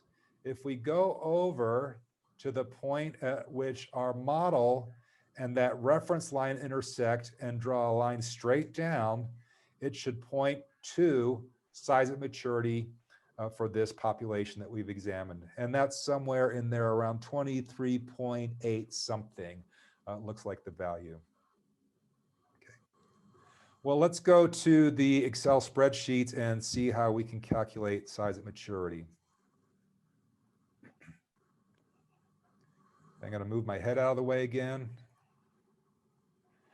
And I'm going to point out that when we look at those tabs at the bottom, we've got a worksheet for size at maturity, or SAM is what that stands for, or size at maturity is what SAM stands for. We've got a tab or a worksheet for females. We've got a separate one for males, okay? So the only thing we're going to be looking at in this first example is the size at maturity for females. Because we've done histological verification of the sex and the maturity status of all the individuals that we've examined, we can create a size at maturity plot for both males and females and be very confident that our results are correct. And again, I'm going to take you back before I go on to one of the original statements that I made in the introduction to specimen processing on the first day, and Eric mentioned it again, that it is this histology-based analysis that we believe is most accurate. We've compared the results of histology-based analysis to our results for visual analysis and found out that visual analysis, we were wrong somewhere between 40 to 50% of the time. Or in other words, we visually judged 40 to 50% of our specimens incorrectly. And we found that time after time after time when working on multiple species throughout the Indo-Pacific. And it's not just us. Other researchers have published similar results. It's very difficult to do visual analysis and have a lot of confidence in those results. We are pretty confident in the results for histological analysis. Okay, so let's go to that. Can I chime in just quickly? Yes, please do. Yeah, just one thing for folks that are watching that have experience with visual observations. You're probably thinking, well, I've done this in the past and there are things that I can do well. And we would agree that when you've got, say, larger mature females that have ripe gonads, it's quite easy to identify that those are females, or even male structures when they're larger fishes. What we've found is where the problem starts to become more apparent is in these sizes where the maturity transition happens, or in immature sizes. Then it's very difficult to definitively say it's a male or a female. And those are the size classes that start to introduce error into the models. And those are the ones that we really think can only accurately be identified through histological approaches. That's a good point, Eric. I should have pointed out that probably where we see the majority of the errors in that transition zone, which is exactly what we're looking for. And we've seen that it's not in every case, but with that error that we've identified, we tend to overestimate the size of maturity for males, and we tend to underestimate the size of maturity for females. So there does seem to be kind of this systemic bias, not in all cases, but oftentimes. Okay, so how do we solve for size at maturity? You can see that Excel is waiting for something to come in here, and what it is the minimum size that you're going to be dealing with. Okay. We've set this up already to deal with 2 centimeter size classes. That is, once I enter a value here, this cell is going to add 1.9 to that, so we get anywhere from the minimum size to 1.9 centimeters greater. As we go down this column, I've added 2 centimeters, or 2 to each of the above cells, and here I've added 2 to the above cells. So basically our size classes are increasing by 2 centimeter increments all the way down through here. Well, how do we find what the minimum size is? The easiest way is to let Excel do that for us. I'm going to go back to our data sheet. We're going to click on the data. We're going to slide all the way over here to a blank cell. And in here, I'm going to enter the formula. We're going to look for the minimum value, and that equals M equals sign, M-I-N, open parenthesis, and then just go back to the length column and click on it and hit enter, and it returns this value 16. 16 centimeters was the smallest individual that we had in our collection, and we let Excel find that for us rather than sorting or hunting down through there, okay? So I'm going to go back to the size at maturity for females. I'm going to enter 16 right here in the top left cell, and we can see that Excel begins to build those size classes for us. So 16 to 17.9, 18 to 19.9, and so on all the way down through in 2 centimeter increments. Then Excel's done a bunch of other work for us, okay? It's gone through here and looked at all of those size data in that data spreadsheet or the data worksheet. And it is looking for, let me zoom over here. It says, was it for a female? This is the question that's being asked here, either immature or mature. And if it does, it basically takes all those individuals that were females and gives us the average size of them within that size class. Okay. This is, and it basically does the same size, that same question up here. Was it a female? If it was, we count it. So we had 26 females in the 16 to 17.9 size class, 38 females altogether in the 18 to 19.9 size class. This next column asks a different question. I'll zoom in here. It says, was that female mature? So this MAT is looking for histosex of FMAT, or the mature females. Okay. In this case, the answer was no, none of those were mature. Next column down, 3 of those individuals mature. And you can see as we go up here, those numbers tend to increase. This next column looks at the proportion of mature females. So like I showed you on that introductory graph, 0% of the individuals at 17 centimeters or thereabout were mature. About 0.08%, I said 10 when I was looking at that graph, at about 18.8 centimeters were mature. Okay. And so on and so forth all the way down. This next column is the model that we're after. And if you remember what I showed you earlier, this does have some similarity to that model that I put in the introduction. C2 here refers to the average size or the length of the individuals. This K1 refers to L50. And this is the K1 cell, and you can see that that's blank right now. Here K1 shows up again. That was the L50 value that showed up twice in that logistic regression equation. And here's K2 looking for L95, which is also blank. Well, what's going on? Why isn't anything showing up here? It's because it's waiting for these cells to be filled out. And we're going to give it a little help just to start out. So we're just going to estimate what L50 is. And if you remember when I was looking at that earlier graph, I was estimating what L50 might be, and that's a good enough estimate to start off with. So here we'll look at our data set. We can see that at 23.14 centimeters, about 49%, or exactly 49% of those individuals, females, were mature. So I'm just going to put 23.1. That's close enough. Hit enter, and all of a sudden we've got a predicted proportion of mature females right here. Okay. It also wants L95, and watch what happens in these cells as I change it. L95, we've got, here's almost 90%, here's 1% or 100%. So somewhere in between these two values of about 29 and 30.5, let's say, somewhere in between there is probably L95. So I'm going to enter 29.7. And again, this is not crucial right now, but you can see that these values changed. Okay. This next column is this error squared. So it's basically the predicted value minus the observed value squared.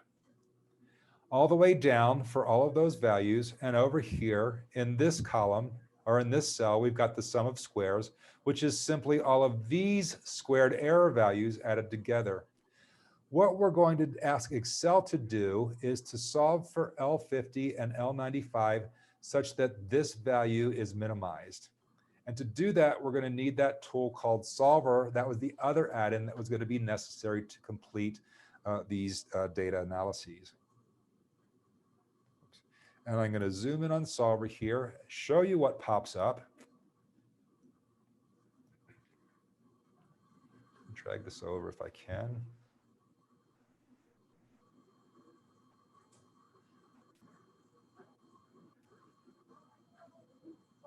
A little bit more. We're going to set our objective is for the value of this sum of squares to be minimized. So we'll click on this cell for set objectives, click on K3, which is the value for sum of squares. We've asked Solver to minimize it, and we want to minimize it by having it change these values of L50 and L95, or the K1 and K2 cells. Okay. I'll zoom out a little bit and click the button, and you can see what happens then. Down here at the bottom is simply a button that says Solve. We click on that. It says, okay, I found a solution, I've returned it. Do you want me to keep it? We'll click OK. So we'll accept these results of 23.8 and as L50 and 30.05 is L95. And here you can see, if you were paying attention to what that sum of square value was earlier, that's been reduced. Solver says this is the smallest I can make that value, and I think these are the best estimates of those L50 and L95 parameters. Okay. So that's mathematically how we get this. Now let's say that you wanted to present those results in a scientific publication. To do the presentation, the introductory presentation, I've used a program called SigmaPlot, which is a little bit costly and can be difficult to learn how to use. So we would like to show you how to do this using Excel. So we're going to select the data that we're interested in first, which is the average, the size class average. And next, and next we're going to also collect using control click on the G up here, the predicted proportion of mature females. Okay. Then we're going to ask Excel to build us a plot out of that. I'll zoom in a little bit. We'll click on insert. We're going to go over here to charts. Remember last time we used scatter. This time we want the scatter to be connected with smooth lines. And this is going to be our model plot. I'm going to zoom out a little bit. And we can see that that model is very similar to what I showed you earlier on. But again, it's got some axes that are a little bit too long down here. It doesn't have axis labels. We'll put them in. But the other thing we want to do is I'd like to show you what those raw data look like. In other words, we're showing the reader what the observed proportion of mature females were that allowed us to build this model. Okay. So to do that, we're going to right click anywhere on the chart, click on select data. And this says, what do you want to do? Let me zoom in a little bit in case that's difficult to see. We would like to add new data. Excel says, well, what do you want to call that new data? We're going to call that observed.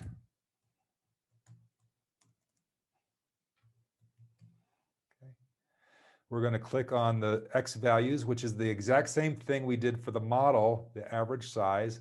The Y values are going to be our actually observed values.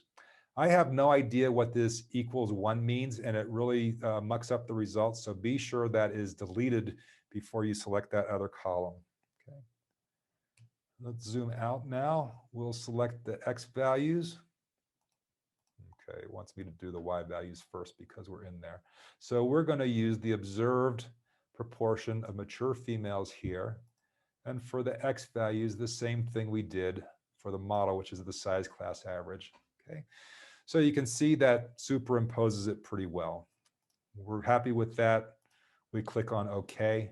But I don't like these lines here because we just wanted to show the raw data. So we're going to go up here to the top. We're clicking on a different button than we have in the past now. We want to have format chosen. Go all the way over here to the side. Go down, and we want to edit this series, which is observed. Remember, we named that second data set observed, and we're going to format the selection. When we clicked format selection, new menu popped up here. We're going to click on fill, and up here at the top, if I zoom in, we're just going to click on no line, and that makes that line connecting the dots or the observed data points disappear. So now we've got something pretty similar to what I showed you earlier on. We're going to mess with the axes here a little bit now. The same thing I did earlier. We're back here on chart design. We're going to add the chart elements, primary horizontal and primary vertical. The parameter down here was length in centimeters. And what we've got on this axis is the proportion of mature females. Okay, remember, this is females only. All right, the next thing I would like to do is, again, we've got a lot of wasted space here, so we're going to go back and format. I'm going to go up here, show you what I'm choosing. I'm going to choose the horizontal X values and format that axis by clicking here on Axis Options. And if we look at this, we again don't have anything below 15. So our axis is going to be between 15 and 30. The other thing we're going to add on here, so you can represent your size at maturity visually, is we would like to have major units every 1 centimeter, and we're going to have minor units at every 0.1 centimeters. And down at the bottom, we're going to choose to have tick marks going out for the minor, but not the major type. So basically, this is pretty much what I showed you earlier on for that plot that I'd done in Sigma plot in the introduction. The last thing that I would like to do to the plot before we add a reference line is go back and modify the vertical axis. That's because this goes between 0 and 1.2. Well, you can't have more than 100% female, so this really doesn't do us any good. We're just going to use more space for plotting here. So we'll modify the vertical axis. Again, click on this little chart button. Axis options, we're going to allow to go between 0 and 1. Okay. And now what this has done is conveniently drawn us that 50% reference line that I showed you a little bit earlier on in the introduction. The last thing we'll do, we're still on format here. Up here in the corner, we're going to click on, we want to add a line. We'll go back here and take our cursor to the intersection of the model line and that 50% reference line. Left click on the mouse, hit shift at the same time and drag down.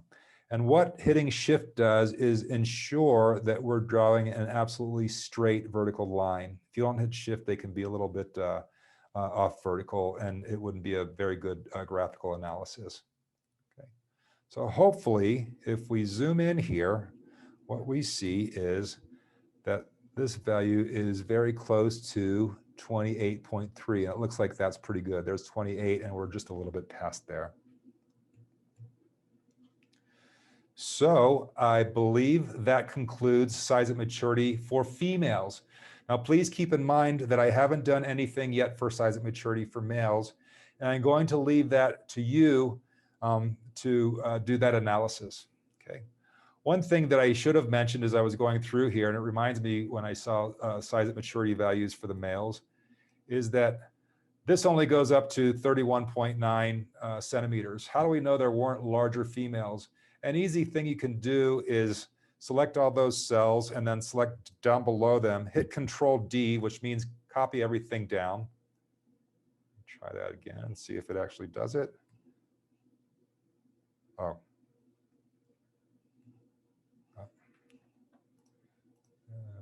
Why are you not cooperating today? Okay, let me see if I can do it up here. No. Okay, I'm going to show the example over here. I'm going to enter 16 because it was our smallest size class. What we can do is copy down. Now it's going to cooperate. And basically what Excel is telling me that we don't have an average because there were no individuals in here. So here Excel has counted all of the males in the population, and you can see that there were 0, which means that we've taken the size class up there to a large enough size to account for all of the individuals. Okay. If you had done that copy down function over here, and again, sorry, but I can't tell you why it's not working for me here. Oh, now it is. Basically, Excel didn't like that. But again, we have zeros here. So I'm just going to undo that, say we've gone down far enough. We've accounted for all the females in the population. all the histologically sex and maturity verified females in the population. And this is what the size at maturity looks like for that. Okay, that's all I have for size at maturity. And I think we have questions scheduled now. Yeah, we have one person raising up her hand, Ibu Rita Rahmawati. Silakan, Rita. Ibu Rita.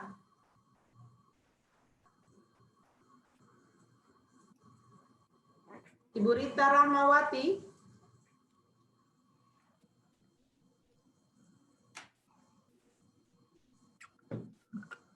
Okay, so we only have one person, Rita Rahmawati, but apparently, probably she doesn't hear. So I guess we are now entering into bio break then if Ibu Rita doesn't respond in 3, 2, 1. So thank you very much, Pak Ken. Okay. What are we taking? What are we taking, Denny? Does everybody get 5 minutes now? Yeah, the bio break. Okay. Yeah. So I'll be back in. We'll be back in 10:52. Okay. I'll see everybody then, and we'll talk about sex ratios. Yes. Great. Terima kasih Bapak Ibu. Kita istirahat. Selamat siang Bapak Ibu semuanya. Kita kembali lagi sekarang melanjutkan sesi berikutnya tentang sex ratios, nisbah kelamin. Please Ken, time is yours. Okay, thank you all for sticking with us. Welcome back from the bio break. This is a topic that I am particularly excited about because I think it has some big implication for fishery modeling. We're going to talk about 3 types of sex ratios. The first one is overall sex ratios. And here, basically, we're comparing the number of females for every male in the population is how we standardize it. So in our example data set, we had 285 males, 263 females, histologically determined. To get this 1 to 0.92, we divide 285 by 285 to get 1, 263 by 285 to get 0.92. When we go to Excel, we're going to determine whether this sex ratio is significantly different from the expected 1-to-1. And I say expected 1-to-1 because of a lot of fishery models assume that you have a constant and equal sex ratio in the population. And if this is not true, it has huge implications for the models, for the model results. Another type of sex ratio we're going to look at is called operational sex ratio. So here we're looking only at the mature individuals. What is the ratio, or how many mature females are there for every mature male? Okay, and again, this is using histologically verified results. Divide 163 by 163 to get 1, 124 by 163 to get 0.76 females for every male. And given the number in our sample size, is this significantly different from 1-to-1 or not? The final thing that I get quite excited about is what we call size-specific sex ratio. And the question here is, does the ratio of males to females change as length changes in your population? And remember I said that we're going to come back and touch on that subject of how bimodal size distributions and how that might affect sex ratios later on. If you remember that plot that I showed you, the length frequency histogram, we had a lot more females in the small size classes and no females in the large size classes. So if we look at this, these data that we got, and these are just observed data, suggest that at smaller sizes we have a lot more females, that somewhere in the middle we have a 1-to-1 ratio, and that females become increasingly rare in the larger size classes to the point where they are absent. And this not only has implications in fishery models, but we often talk about a conservation rule of thumb, where it's generally accepted that a large female makes exponentially more eggs than a small female. And somehow this statement has come to be said as large fish make exponentially more eggs than small fish. Well, that's not true for males because it's only females that make the eggs. So if you have a population where the large individuals are exclusively male, that statement can't possibly be true. Okay. So what does this size-specific sex ratio look like? The best model I could find when I went through and used the statistical package that's available to me was this sigmoidal plot. And basically it's suggesting that we start out at a constant level of females and they suddenly drop down to absolutely zero at the largest lengths. Here, the 50% reference line suggested that somewhere below about 28 centimeters, we've got a higher proportion of females, and anywhere above 28 centimeters, we've got a higher proportion of males, to the point where we're exclusively males or no females here at the largest size classes. Okay, how do we do this in Excel?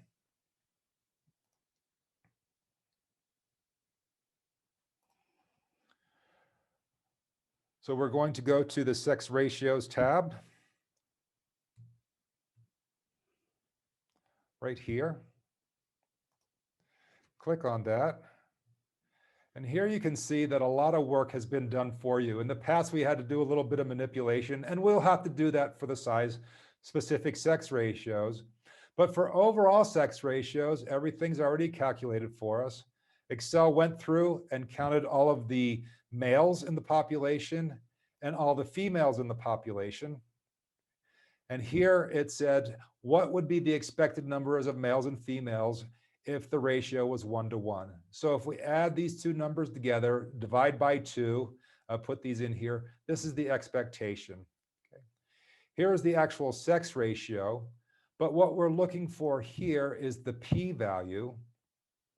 This is the chi-squared, this is the chi-squared test statistic. So this is what's being done in this cell.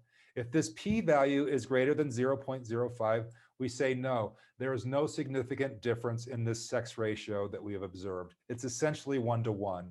And here the p-value is higher than 0.05. So we say we've got a 1-to-1. For all intents and purposes, we've got a 1-to-1 sex ratio for all individuals in the population. Okay. What happens here when we go to operational now? Now remember that this was the number of mature females to the number of mature males. So here we've got a slightly different formula. Instead of over here, where Excel was looking at the number of males altogether, whether or not they were mature, over here, Excel is only looking for mature males, and it's doing the same thing down here where it's only looking for mature females.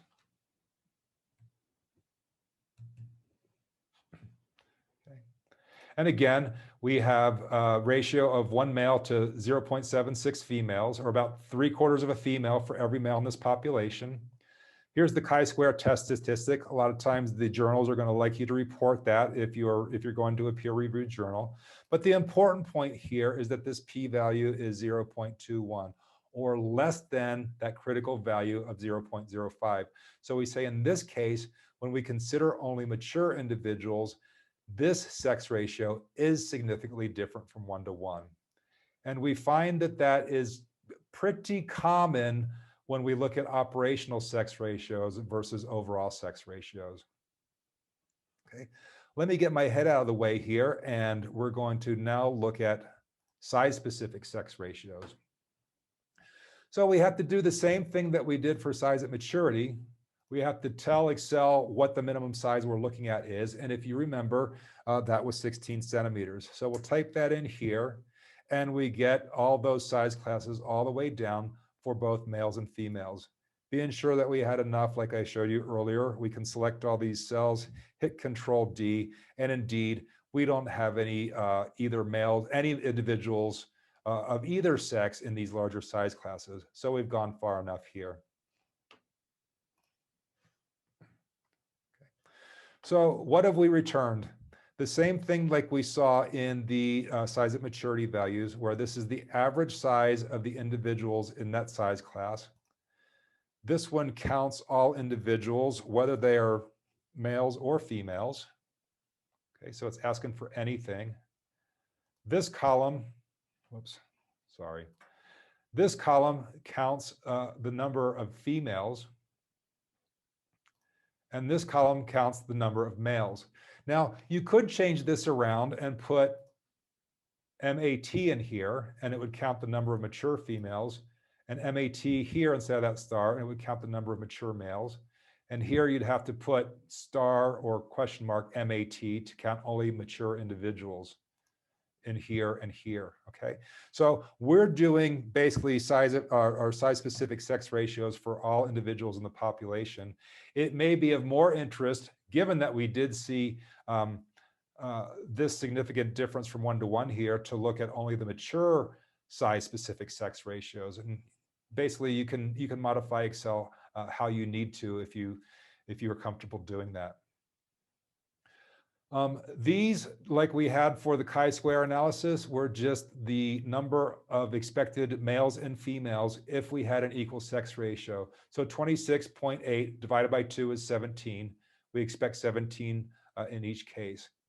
This is the frequency of males, or the proportion of males. It's simply the male number divided by the total.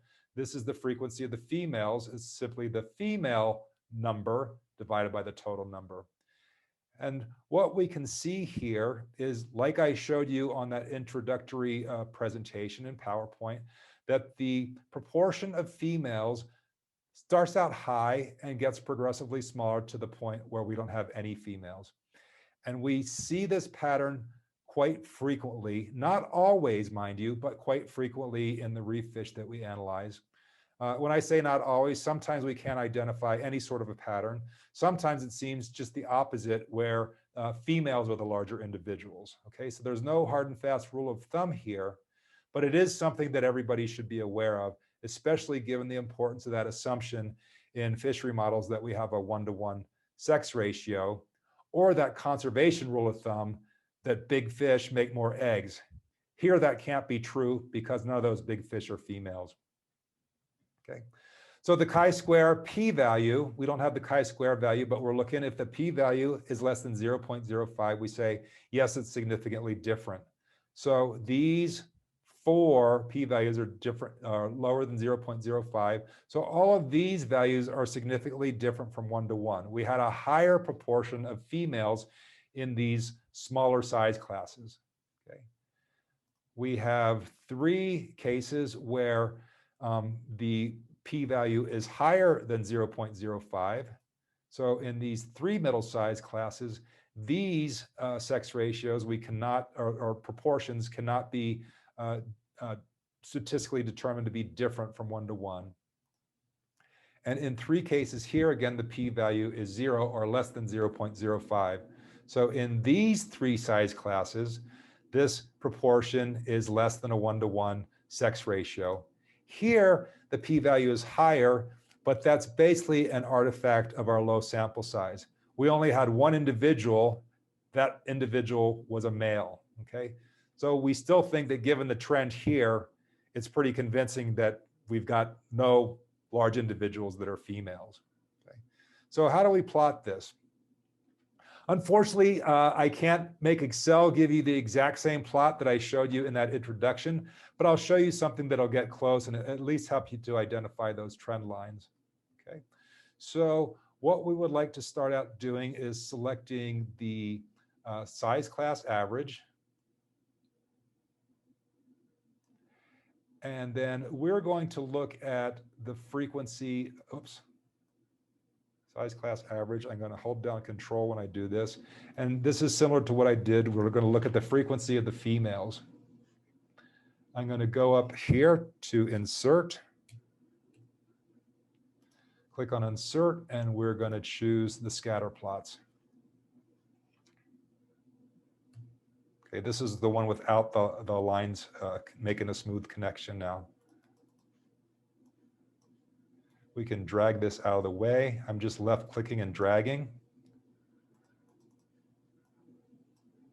I'll unintentionally drag that down.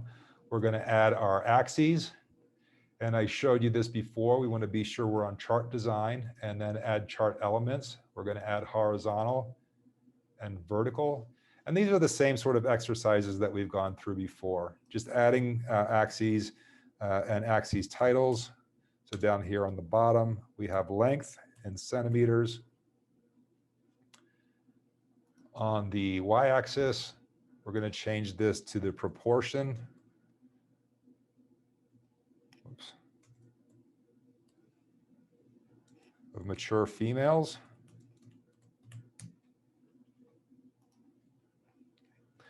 Then we're wasting a lot of space here. I'll get rid of this title on the top and we'll change the axis. We want to format horizontal axis values. And our little menu didn't pop up, so we have to be sure if that doesn't pop up that we click here on format selection, and that'll make the menu pop up. And our minimum size again was somewhere around nothing lower than 15 centimeters. Okay, so now we've taken up the majority of this plot. All we want to do now is add a trend line. And if you can remember how we did that, we click on the plus here, add a chart element, go down to trend line. I can zoom in a little bit. Excel's trying to automatically make us add a linear trend line, but we want to do something else. We're going to choose more options. And unfortunately, the closest thing I could find is polynomial. And here we're going to choose polynomial and let the order at 2.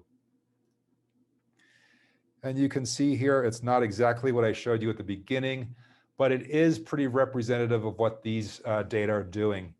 Now, when I did statistical analysis before, I got a slightly higher R-square value for that sigmoidal regression analysis that I showed you at the beginning. That suggests that that model explains these data a little bit better than the polynomial one. This one came in about 0.006 lower, but they were both up in the 95, 96% R-square value range. So both of them explain it pretty well. One thing we want to do here is get rid of this trend line below 0. We can't have fewer than 0% or a proportion of 0 of females. So let's change the y-axis values. And we're going to make this go between 0 and 1. Again, we want it to go all the way up to 1. Let's reset. And here we can see on, whoops, that didn't go to 1. There we go, it went to 1. And now we have this, this trend line through here with a 50% or a 0.5 proportion reference line in here. And it's basically telling us the same thing that we saw with these results, okay? Above or to the left of this intersection of the trend line with the 50% value, we've got a higher percentage of females or a higher proportion of females. And as we get larger and larger and larger, the proportion of females drops out of the population until it's 0. Okay. And I believe that summarizes everything that I wanted to tell you about sex ratios. So we can take any questions now if there are some. Yeah, thank you, Pak Ken. Now we have Ibu Insariani. Please, Ibu Insariani. Question. Ibu Insariani.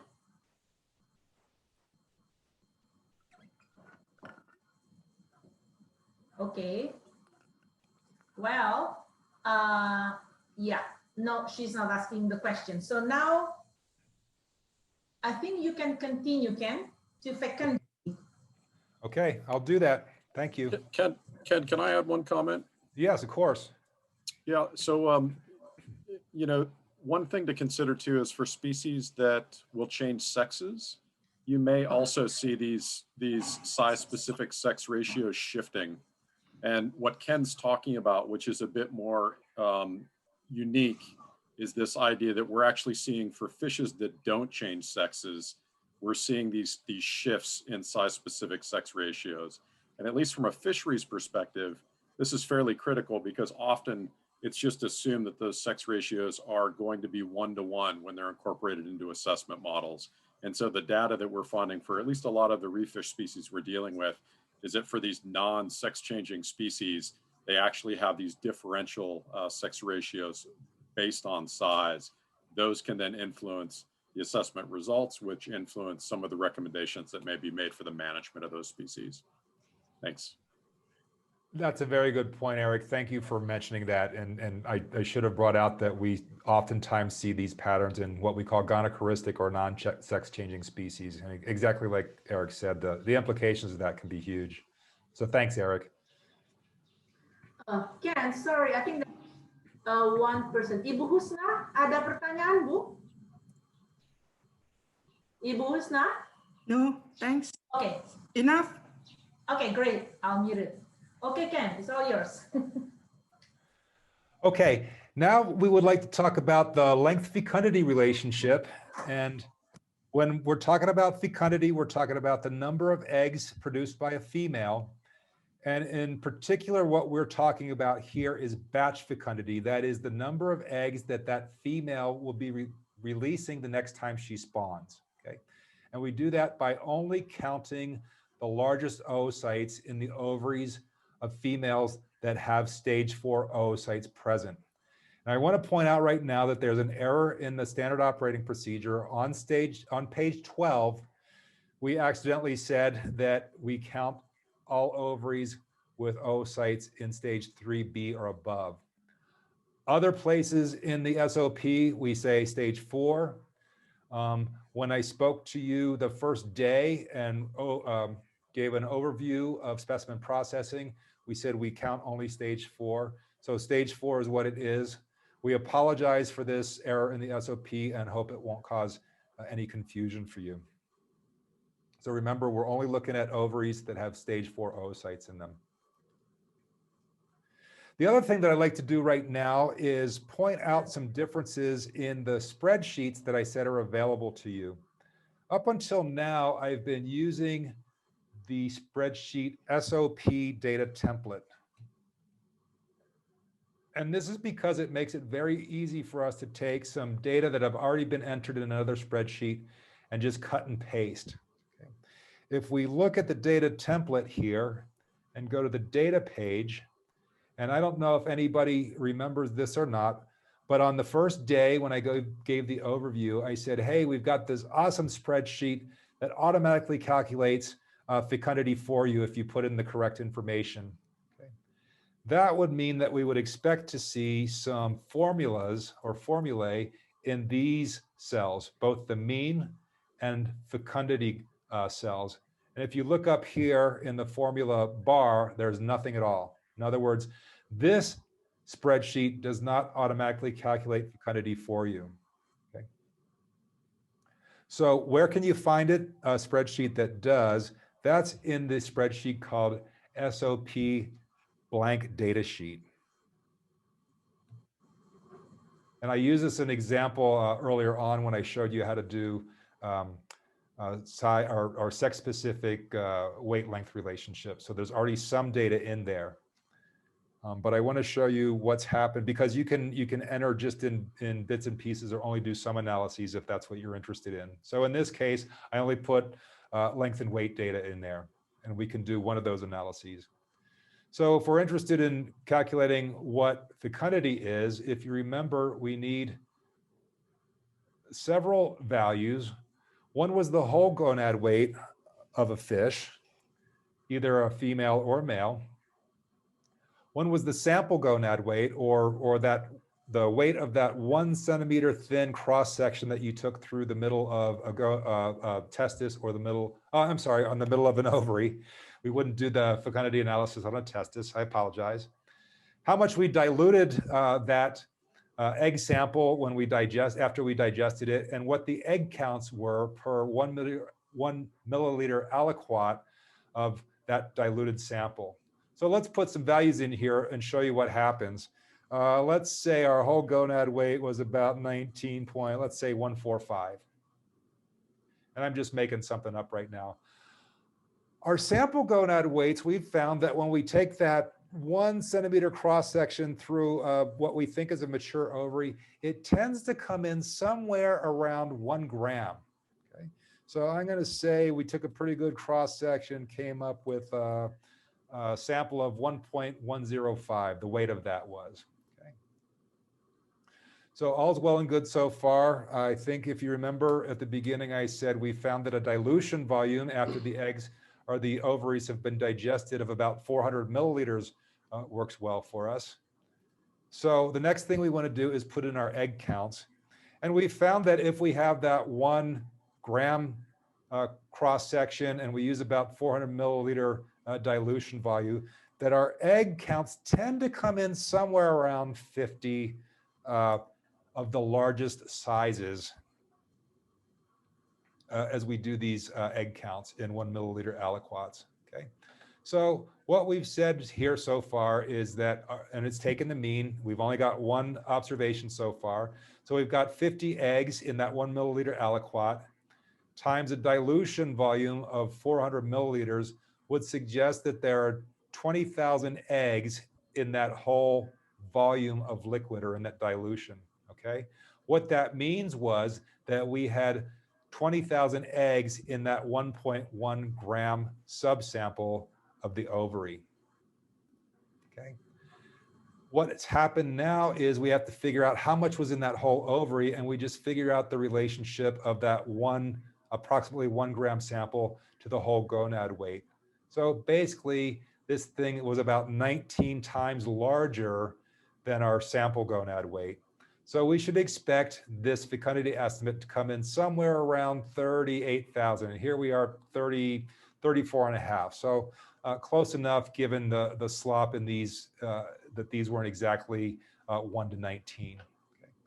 As we go across here, and I said that our egg counts tend to be somewhere around 50. They'll be higher, they'll be lower, but you'll see that as you add more egg counts that are likely not going to be exactly 50, let's say there's 54, the mean gets recalculated and fecundity gets recalculated. So every time you enter your new egg count, and we found that an egg count of around 10 1 milliliter aliquots tends to kind of equilibrate towards some sort of a median or mean fecundity estimate that doesn't vary too much.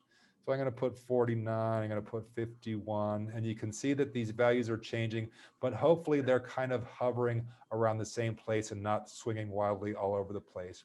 And if we see that, we're pretty confident that we're getting some pretty good fecundity estimates. 45, 48, 55, 54, and 46, just for good measure. So the mean number of eggs in that aliquot was in that dilution was 50.2. And this tells us that based on the sample gonad weight and the whole gonad weight, our fecundity estimate for that individual that had stage 4 oocytes, when we only counted the largest size class of eggs in that ovary, was about 347,901 eggs, or 902 eggs. Okay. So if you're ever in the market to calculate fecundity estimates, come to this spreadsheet and you can enter your data in here, and we'll have that calculation will automatically be done for you. Okay, let's go back to our fecundity tab now. I'm just showing you, I'm just going to click on fecundity down here. And what we can see is that several of our columns have been auto-populated for us. Okay. One is fecundity, and what Excel has done was gone back and looked at the data sheet and pulled out all non-zero fecundity cells in the fecundity column and entered them here in increasing order. Okay, so it's ranked them. Log of fecundity has simply taken log to the base 10 of this fecundity estimate. And log of length has looked back at the original data sheet and said, okay, I've pulled a fecundity estimate out of there. What was the length associated with that fecundity estimate? And when I know that length, I want the log to the base 10 of that. Okay. Now, if this reminds you of anything, it probably reminds you of the length-weight relationship that we did earlier. I'm going to go back to the PowerPoint presentation and show you the raw data that we got when we plotted those fecundity estimates versus length. Okay. And this looks kind of like that length-weight relationship. It's got a little bit more slop in it, and that's what we've found with these fecundity length relationships. They're a little bit sloppier than we had for the length-weight relationships. They can kind of be all over the place. The model is just like we had for a length relationship. Here, fecundity B means batch fecundity equals some parameter A times length raised to some power or exponent. And we can find that just like we did for the length-weight relationship. We're going to log transform the data so that we can come up with a equation for this line. And we're going to use the intercept here and take the inverse log of that to come up with the A value, just like we did for the weight-length relationship. And the slope of this line equals B in the fecundity length relationship, just like that B was the B value for the weight-length relationship. So we're basically doing the same thing that we did for weight-length relationship, and we'll go through that quickly right now. So if you remember what we did, we simply did regression analysis. We want to be sure that we're clicking on the data tab up here at the top. That's going to give us access to the data analysis add-in. We'll click on that. And it's going to ask us what we want to do. We would like to do regression, just like we did for the weight-length relationship. And it's going to come up with the exact same menu that we had for the weight-length relationship. In fact, it's going to remember what we did in the weight-length relationship. There we had 600 observations of weight and length. We don't have 600 observations of fecundity, so we need to get rid of these. And we'll get rid of this too, because we're likely not going to plot it at the same point. Okay. Instead, what we want to put is the information that we gathered on the fecundity page right here. So to input the Y range, if you remember the Y values were log of fecundity, we'll select all the way down to the bottom. We don't want to select these. These are just telling us that we dragged it down far enough that we got all of the fecundity values. So I had this go down a little bit further than we needed to be sure that we caught all of the fecundity estimates. We're going to go back and select all of the log length information. And we're going to have our output appear on this page for us. And here we're choosing F1, where we have some placeholders.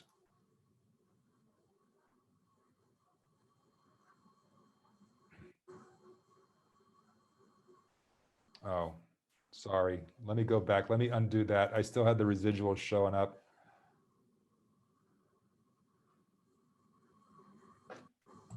Sorry, I have to make some corrections here. I made a little bit of a mistake.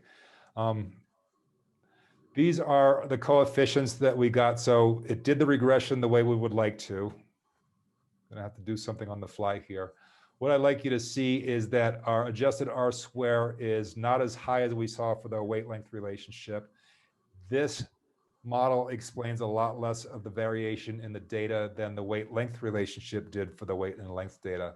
But we still have a significant relationship. It's still a non-random relationship between length and batch fecundity because this value is less than 0.05. Okay.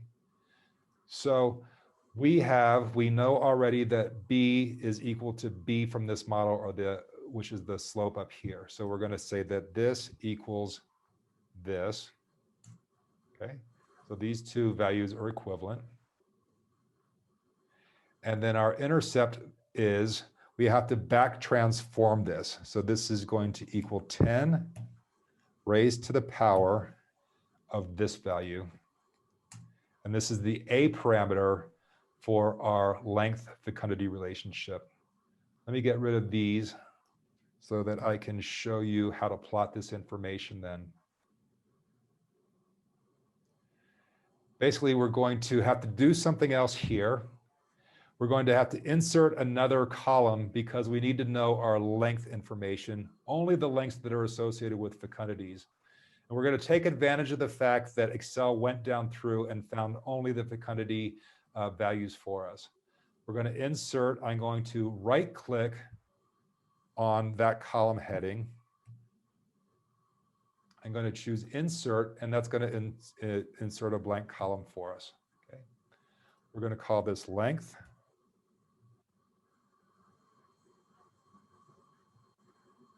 And then we're going to back transform the log of our length values here, just like we back transformed the log of the intercept down here. Okay. So this is only going to give us the length, raw length information for specimens for which we had fecundity estimates. So we're going to do equals 10 raised to the power of the log of the length. Okay. I'm going to click on that. I'm going to hit Shift and Control D, I'm sorry, Shift and down. And then I'm going to hit Control D to copy that formula all the way down through. So now we've back calculated everything to get our raw length and our original length estimates. Okay. What I'd like to do now is just select these two columns. We're going to insert a new chart, and it's going to be the scatter plot, which we've done multiple times now. So hopefully this is looking somewhat familiar to you. Let me drag this down out of the way so it's not blocking any of the information we have at hand. We're going to do the same task of adding access titles to make this look acceptable for peer-reviewed publication. Change the axis titles to length in centimeters. Oops.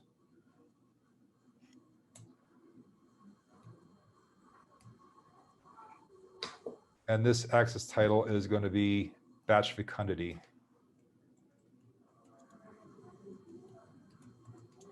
And our unit is number of eggs.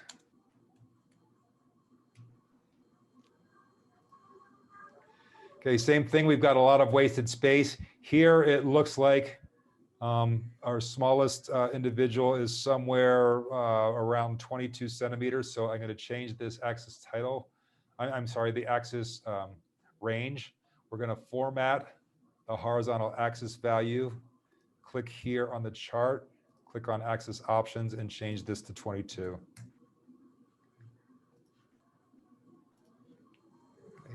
I'm going to get rid of this because it's wasted space. We want to maximize what it is that we're looking at on the chart. And then we would like to, just like we did for the weight-length relationship, is add the trend line. And we want more options. And just like we did for weight-length relationship, we're going to choose power. And that describes our data pretty well. And the model, or what that is modeling then, is A times length raised to the power 8.53 is our estimate of the length batch fecundity relationship for this data set. Okay, so I think we can take questions now. Any? Yeah. Let's check. We don't have anyone raising their hand. Okay. There's a couple of questions here in the chat. Any, Ken, one person asked if you could show them the formula in G22 because they got us a different answer. Absolutely. In G22, let me just zoom in on that. Sorry about that. And that was my error. I apologize. I'm sorry. I'm not showing the monitor, am I? Okay. No. I apologize that I basically overwrote data because I forgot to uncheck the residual values. So I erased the automatic calculation there. So let me zoom in up here. It's equals 10 and then the caret and then H17. So here's the same thing duplicated down below. Equals 10 caret and then just click on this cell H17.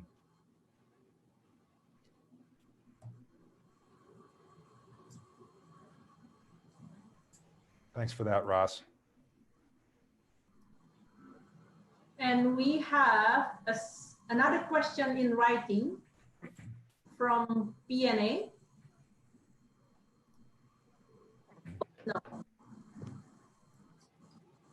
Okay, I think another, the person Abdullah Habibi was asking, responding to the previous question.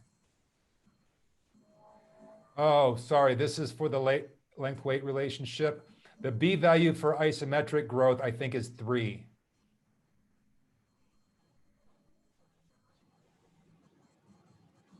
He said the intercept, anything less would be negatively allometric. Anything positive would be positively allometric. And I think a B value of 3 is what we define as isometric.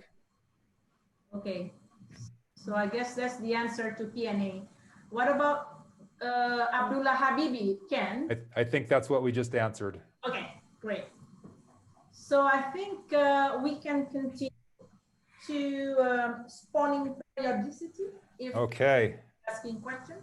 Okay, very good. So spawning periodicity, we're trying to figure out when the period of maximum or perhaps minimum spawning is occurring in the population. There's a number of ways that you can measure spawning periodicity. One of the ways that you could do it is to plot the proportion of different egg stages for females. And when you're seeing the proportion of stage 4 oocytes in ovaries increase, you could assume that that would be the peak in spawning periodicity. Unfortunately, that's probably only going to work for the females, though, because once we see sperm show up in the males, we tend to see sperm show up pretty much all the time. Okay, we assume that once they're mature, that sperm are always going to be there. So we're not going to see the same sort of pattern in different types of sperm for males. So the approach we take is one that's going to work for both sexes, and that is we use a gonosomatic index, and we're going to compare gonosomatic index values over time. The example that I'm going to give you today is by month. And I'd like to point out right now that there's a lot of different comparisons you can do. There's a lot of different values or units you could use here for time.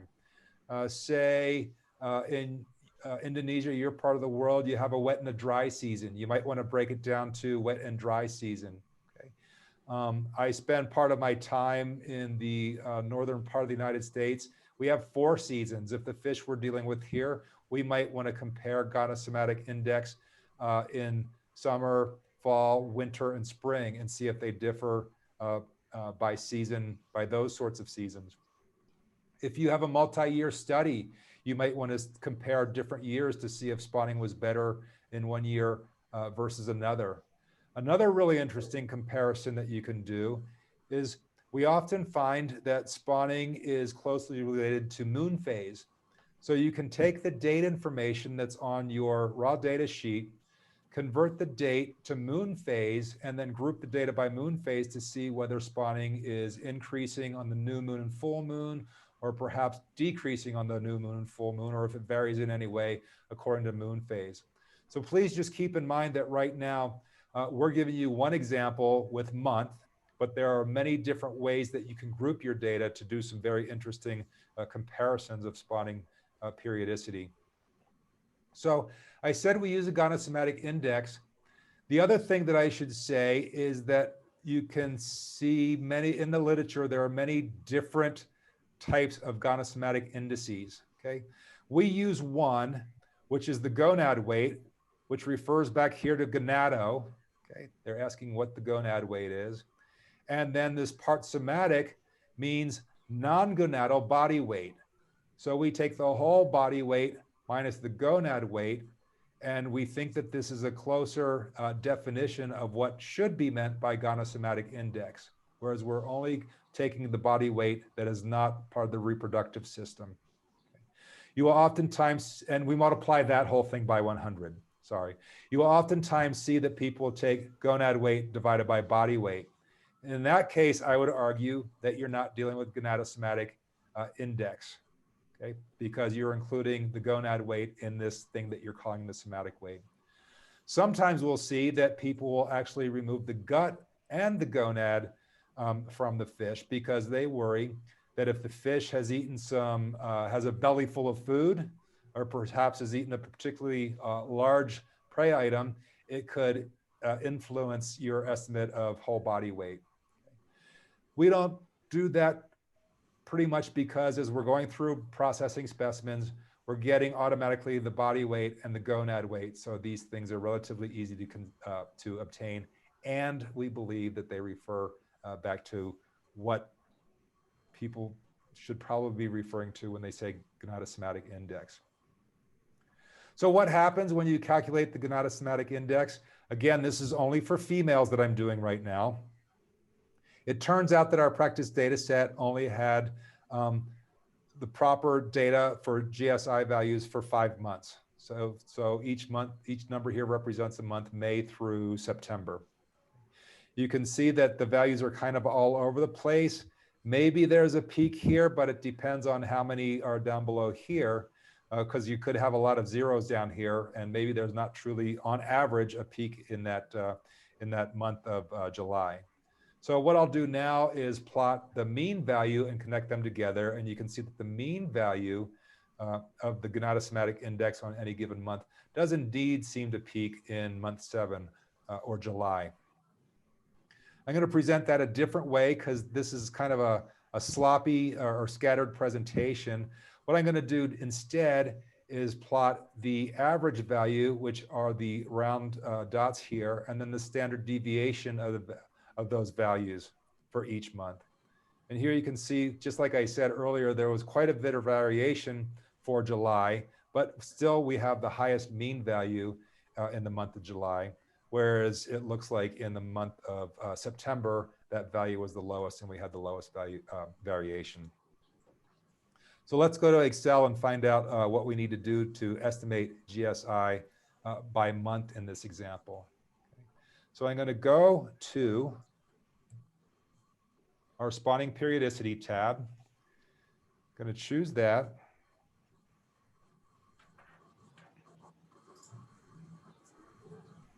And what you're going to see here is that Excel has gone down through and returned a GSI value according to that equation that I gave you during the initial presentation, or just during this recent presentation. If we had the weight and the gonad weight, it can calculate a GSI. If we don't have both of those values, it can't calculate a GSI. So probably what happened is maybe as we were removing the gonad, we tore it in half and weren't convinced that we got a very accurate weight estimate of the whole gonad. So we didn't put anything there. So Excel's not going to calculate a GSI value for you. The next thing we do is just a bit of record keeping to make these other equations work. Excel is going down through and said, okay, was this GSI value calculated for a female? And if so, it returns a yes. And here it's returning the values for any female, whether they were mature or immature. And here it's returning a yes if that individual was a male, either mature or immature. So what's going on next is that we have the months listed by their number from January to December. And like I said before, we only had GSI values for the month of May through September, are the only thing that's filled out here. We've returned these values right here because it's saying, hey, we don't have anything present. Okay, so we can't do the math that you want us to do. What this is doing now is returning the mean GSI value for all females that were equal to or greater than female size at maturity. And this is important. We're only including those females that have reached adult size because we wouldn't expect the smaller ones to be spawning yet, okay? Because they're not mature, okay? So the important thing about this is that this formula refers back to the size at maturity worksheet, and it's taking this value K1, and I'll show you what that is in just a little bit, and says, hey, if this individual that we're looking at is not greater than this value K1 on the size at maturity sheet, we're not going to count it. If it is greater than the value at K1, we are going to include it in this calculation. So let's go back and see what's at K1. on female size at maturity, and that is the female L50. Okay, so our periodicity calculations are only including the individuals that are equal to or greater than female size at maturity. So here it's taken the mean of those values, and here is the standard deviation of those values. Okay. What I want to point out now is you have to be very careful on this worksheet, because once you enter data in the data sheet, you're going to have some numbers show up here if Excel can calculate a GSI value. Here, if you remember correctly, we did not do male size at maturity. If we go back and look at the male size at maturity chart, L50 is blank.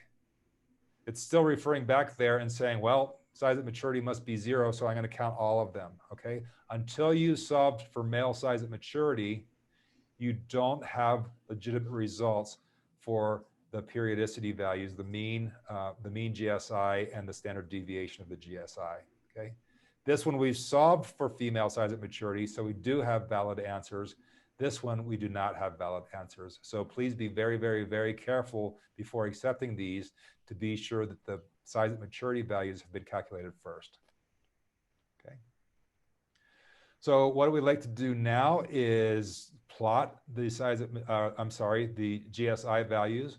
We're going to simply select all the data in the month and female GSI mean columns that have real numbers in them. That is all the values from the months 5 through 9 and the corresponding mean GSI values. We're going to hit insert, and we're going to insert the same scatter plot. Let's drag this down so it's out of the way of our data. We're going to do the same sorts of manipulations we've done before. Make the chart a little bit bigger. We're going to add some axis titles.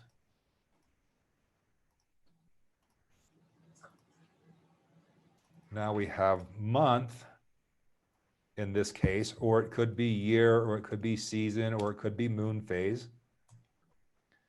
And here we have GSI. And if you remember the formula for GSI, that was a weight divided by a weight. So this is a unitless index. So all you have to put is GSI. Let's spread this out a little bit so we are using up more of the available space. We're going to go to Format. We would like to format the horizontal axis. And then we'll click on the chart button, axis options, and we don't have anything below 4. So we'll change this to 4.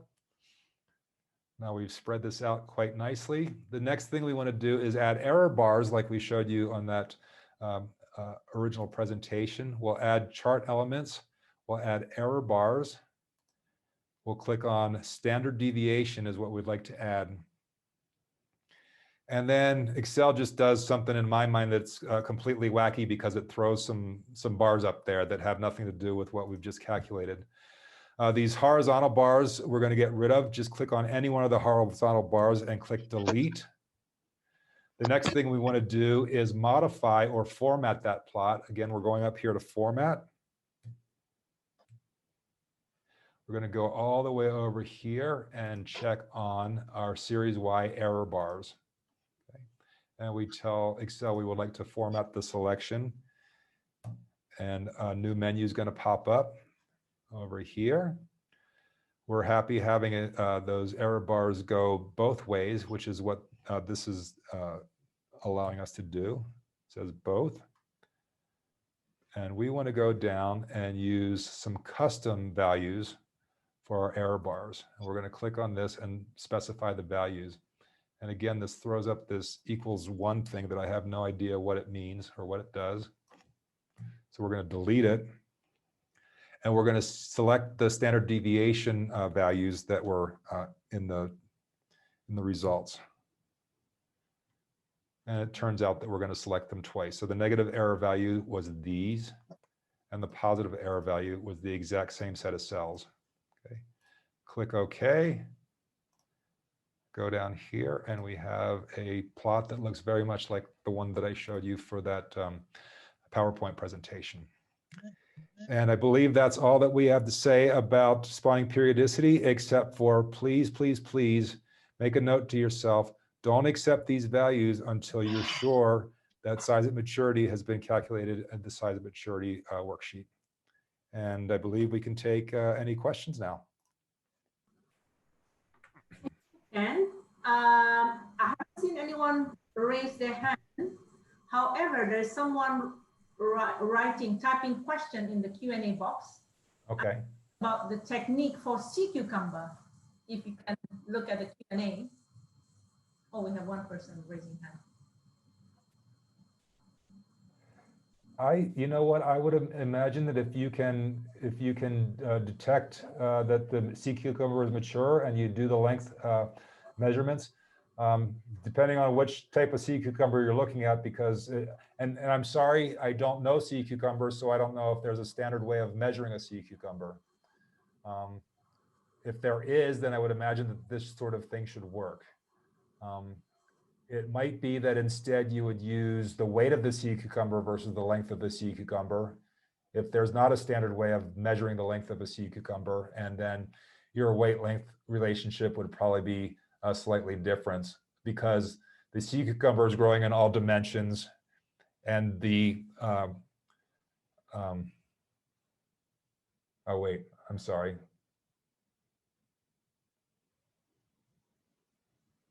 I guess my concern would be fecundity estimates. You might end up a little bit differently if there's no truly standardized way of measuring the length of a sea cucumber. So other things should work for invertebrates as long as you can determine that they are truly male or female, or mature or immature. Oh, I see the bottom. Yeah, inconsistent length. Okay. So one of the ways that you could do is, I mean, it might be that do sea cucumbers kind of tend to dry out to a standard length? Might be a way that you could do it, and I don't know the answer to that. Again, the other thing might be that you just use sea cucumber weight, and then the relationship between weight and fecundity at least would be somewhat different, because it would probably be a linear relationship, because both of those are kind of expecting to be changing in kind of a cubic function.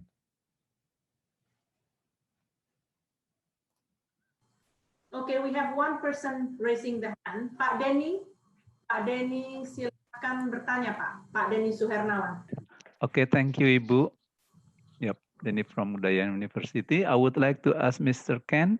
Mr. Ken, when I saw the figure connecting month and GSI, the figure shows the high standard deviation. It means there is a variation among month, the standard deviation. In a given month is very short, another month a little bit wide. So what is the implication? What is the meaning of such difference? And then maybe can can we improve, or can we similarize the standard deviation by the increase of sample number? So what is the number of the minimum sample? Thank you. I don't know what the number of the minimum sample is, and I honestly don't know if the standard error would ever get smaller, because when you are dealing with fish, you're oftentimes dealing with individuals that are doing different things at the same time. So it's not that unusual that we would expect to see a high standard deviation in a month when spawning is also looks like it's got a high mean value or a high GSI value.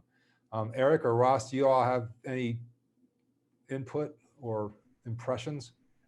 Sorry, I was doing. Can you restate the question? He says that he's noticed that on the seasonality plot that we have a month with high average GSI value, and that also has a high standard deviation associated with it. And he says, is there anything that we could do to decrease that standard deviation? And particularly, is there any sort of minimum size that or sample size that we should have to be confident that we've got a pretty good estimate of what spawning looks like for that month? Yeah, I don't know. I just, I concur with what you're saying, that there is so much variability within a small population. one fish could be going off spawning huge amounts, and the other female is not doing anything. So that might be accounting for that variation. Oh, I see. I'd agree. I'd agree. Oh, go ahead, Ken. I was going to say, I'd agree with both of you. The one thing you might consider is, a typical way statistically to try and handle variance is to stratify your sample. So perhaps there's a size threshold that you can use to calculate your GS size, above which that size you're only including in the sample. That may be a way to handle some of the variability that you're seeing. Yeah, and I was going to say something along those lines, is that if you remember that the calculation that's being done here is only for individuals that have reached size at maturity. But if you remember back to the size at maturity curve, we would expect that even at size at maturity, there's going to be some individuals that are not yet spawning because they haven't reached maturity. So it might be that you want to go to, I don't know, even like the L95 value. You could change the formula that we've used here and said, we only want to consider individuals that have reached L95. In other words, this is the length that comprising 95% mature individuals. So you wouldn't have a lot of immature ones in there, potentially increasing your variability. Yep. Again, the important thing I think to do is to, as you do this, be sure that you explain in your methods what approach it is that you took so that your readers understood exactly what they're looking at. Okay, there's thank you. another. Go ahead. Yep, it's okay. Okay, any information? Sorry, there's another comment. Gimana Pak Denny? Mungkin ada jawaban tadi yang mau ditambahkan oleh Bapak satunya lagi. Iya, mungkin. Is there any other response from Ken or Eric? That's what he was asking. I think that's about as far as I can take the question. And thank you for the question. Okay. Okay. Iya, terima kasih, Bu. Nggih, terima kasih, Bu. Berikutnya Ibu Ina MSP, silahkan Bu. Ibu Ina.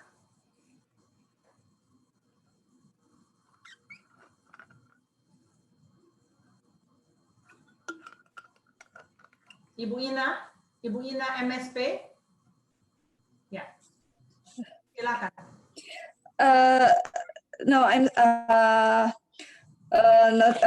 no, I just want to say thank you for the information, but maybe I just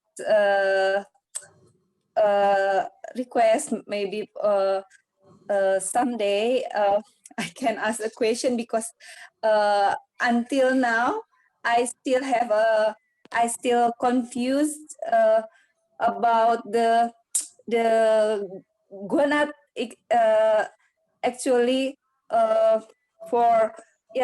to make a differentiation, because this is my first training, and all of the training like can already explain already explain. I'm still confusing. Perhaps I just can slowly thinking about that. Perhaps someday I have real question, because I'm still thinking about all of this.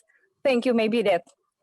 Yeah, we'd be very happy to hear from people, and we do receive questions via email after these sessions are over, and we'll address them as we can. In terms of learning the gonad stages, I would encourage you to read through the standard operating procedure, and you can almost think of it as an atlas or a picture book of gonads. It will help you to identify them. And again, we intended the exam to be a learning experience where, as you go through, take it multiple times. We had one individual say that he's passed and has still kept taking the exam because he enjoyed learning about the different gonad types. So take those until you are comfortable with identifying the gonad stages, and then once you are and you have your questions, please do not hesitate to contact us at any time in the future. We'd be happy to address your question. Okay, thank you, Ken, because I'm work with groupers and but not related directly related with gonad, but I already saved the gonad, and I'm still until now I'm still confused. But thanks for the information from your information. It's add my add my little the little information for me, and I hope someday I can make a progress for that. Thank you very much. We hope so too. Thank you. Yes. Can I add to that question? Also, the SOP that Ken mentioned, we will have a version in Bahasa Indonesia uploaded online very soon. And so hopefully that resource can also be helpful for you. Okay, thank you very much. And also just to add, Ibu Ina, nanti semua training ini 4 sesi kan direkam ya. Nanti akan ditaruh di akun YouTube. Akan kami beritahu pada hari terakhir tanggal 4 Februari di akun YouTube mana. Tapi nanti kita akan upload di akun YouTube dan akan kita kasih informasinya juga melalui email. Ya, terima kasih banyak Bu Eni. Ya, sama-sama. There is a question in Q&A, Ken.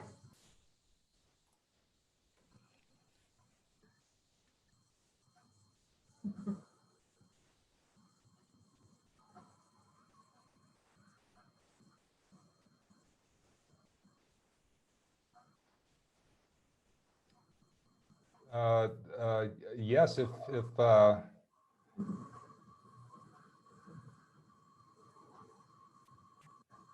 we'd be happy to participate if there's an opportunity to do that. That'd be great. Another question is about the spreadsheet and 10 egg samples. Is it the ideal number? This is a trade-off between how much time it takes to count the eggs.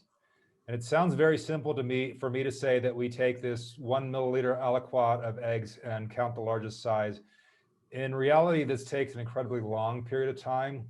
So we found that 10 eggs tends to be the size at which that fecundity estimate starts kind of leveling out and not bouncing around a little bit as you add more and more estimates. One thing you could do if this 10 egg sample concerns you is to just increase the number of egg sample sizes and calculate fecundity that way. Honestly, it's one of those things that as you're going through, when we're doing these projects, oftentimes we have a limited amount of time. We call this kind of a rapid reproductive analysis technique, and there's only enough time to count 10 egg samples in all of the individuals that we've collected. So some of it is just a limitation of time.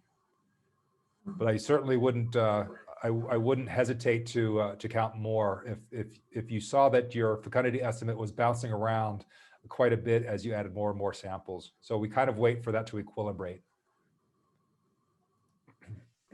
Okay, great. So are you going now to explain about the take-home exam, Ken, or?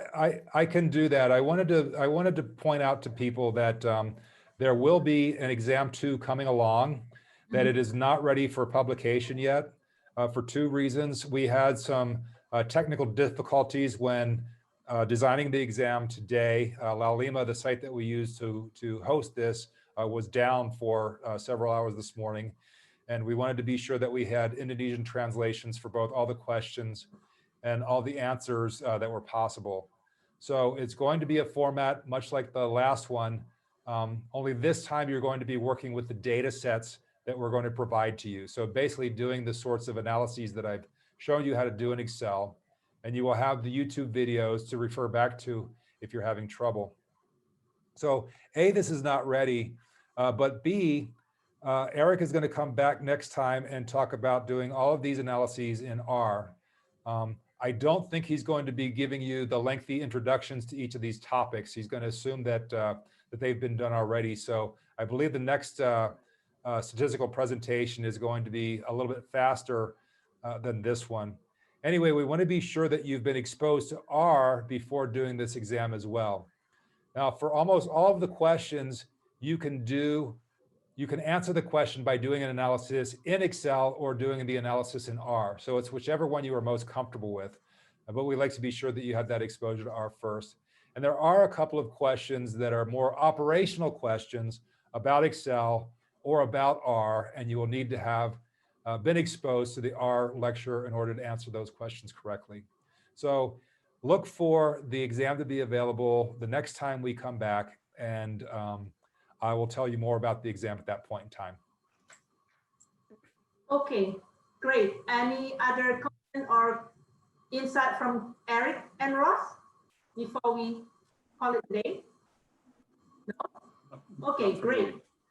Thank you Pak Ken, thank you Pak Eric, thank you Pak Ross, and terima kasih Bapak Ibu semua di seluruh Indonesia maupun di luar negeri yang sudah mengikuti acara ini sampai jam 12.03. Terima kasih, kita akan berjumpa kembali pada hari Kamis, tanggal 4 Februari di jam yang sama, jam 9 pagi waktu Indonesia bagian Barat. Saya Eni Buhari, pamit undur diri. Terima kasih. Assalamualaikum warahmatullahi wabarakatuh.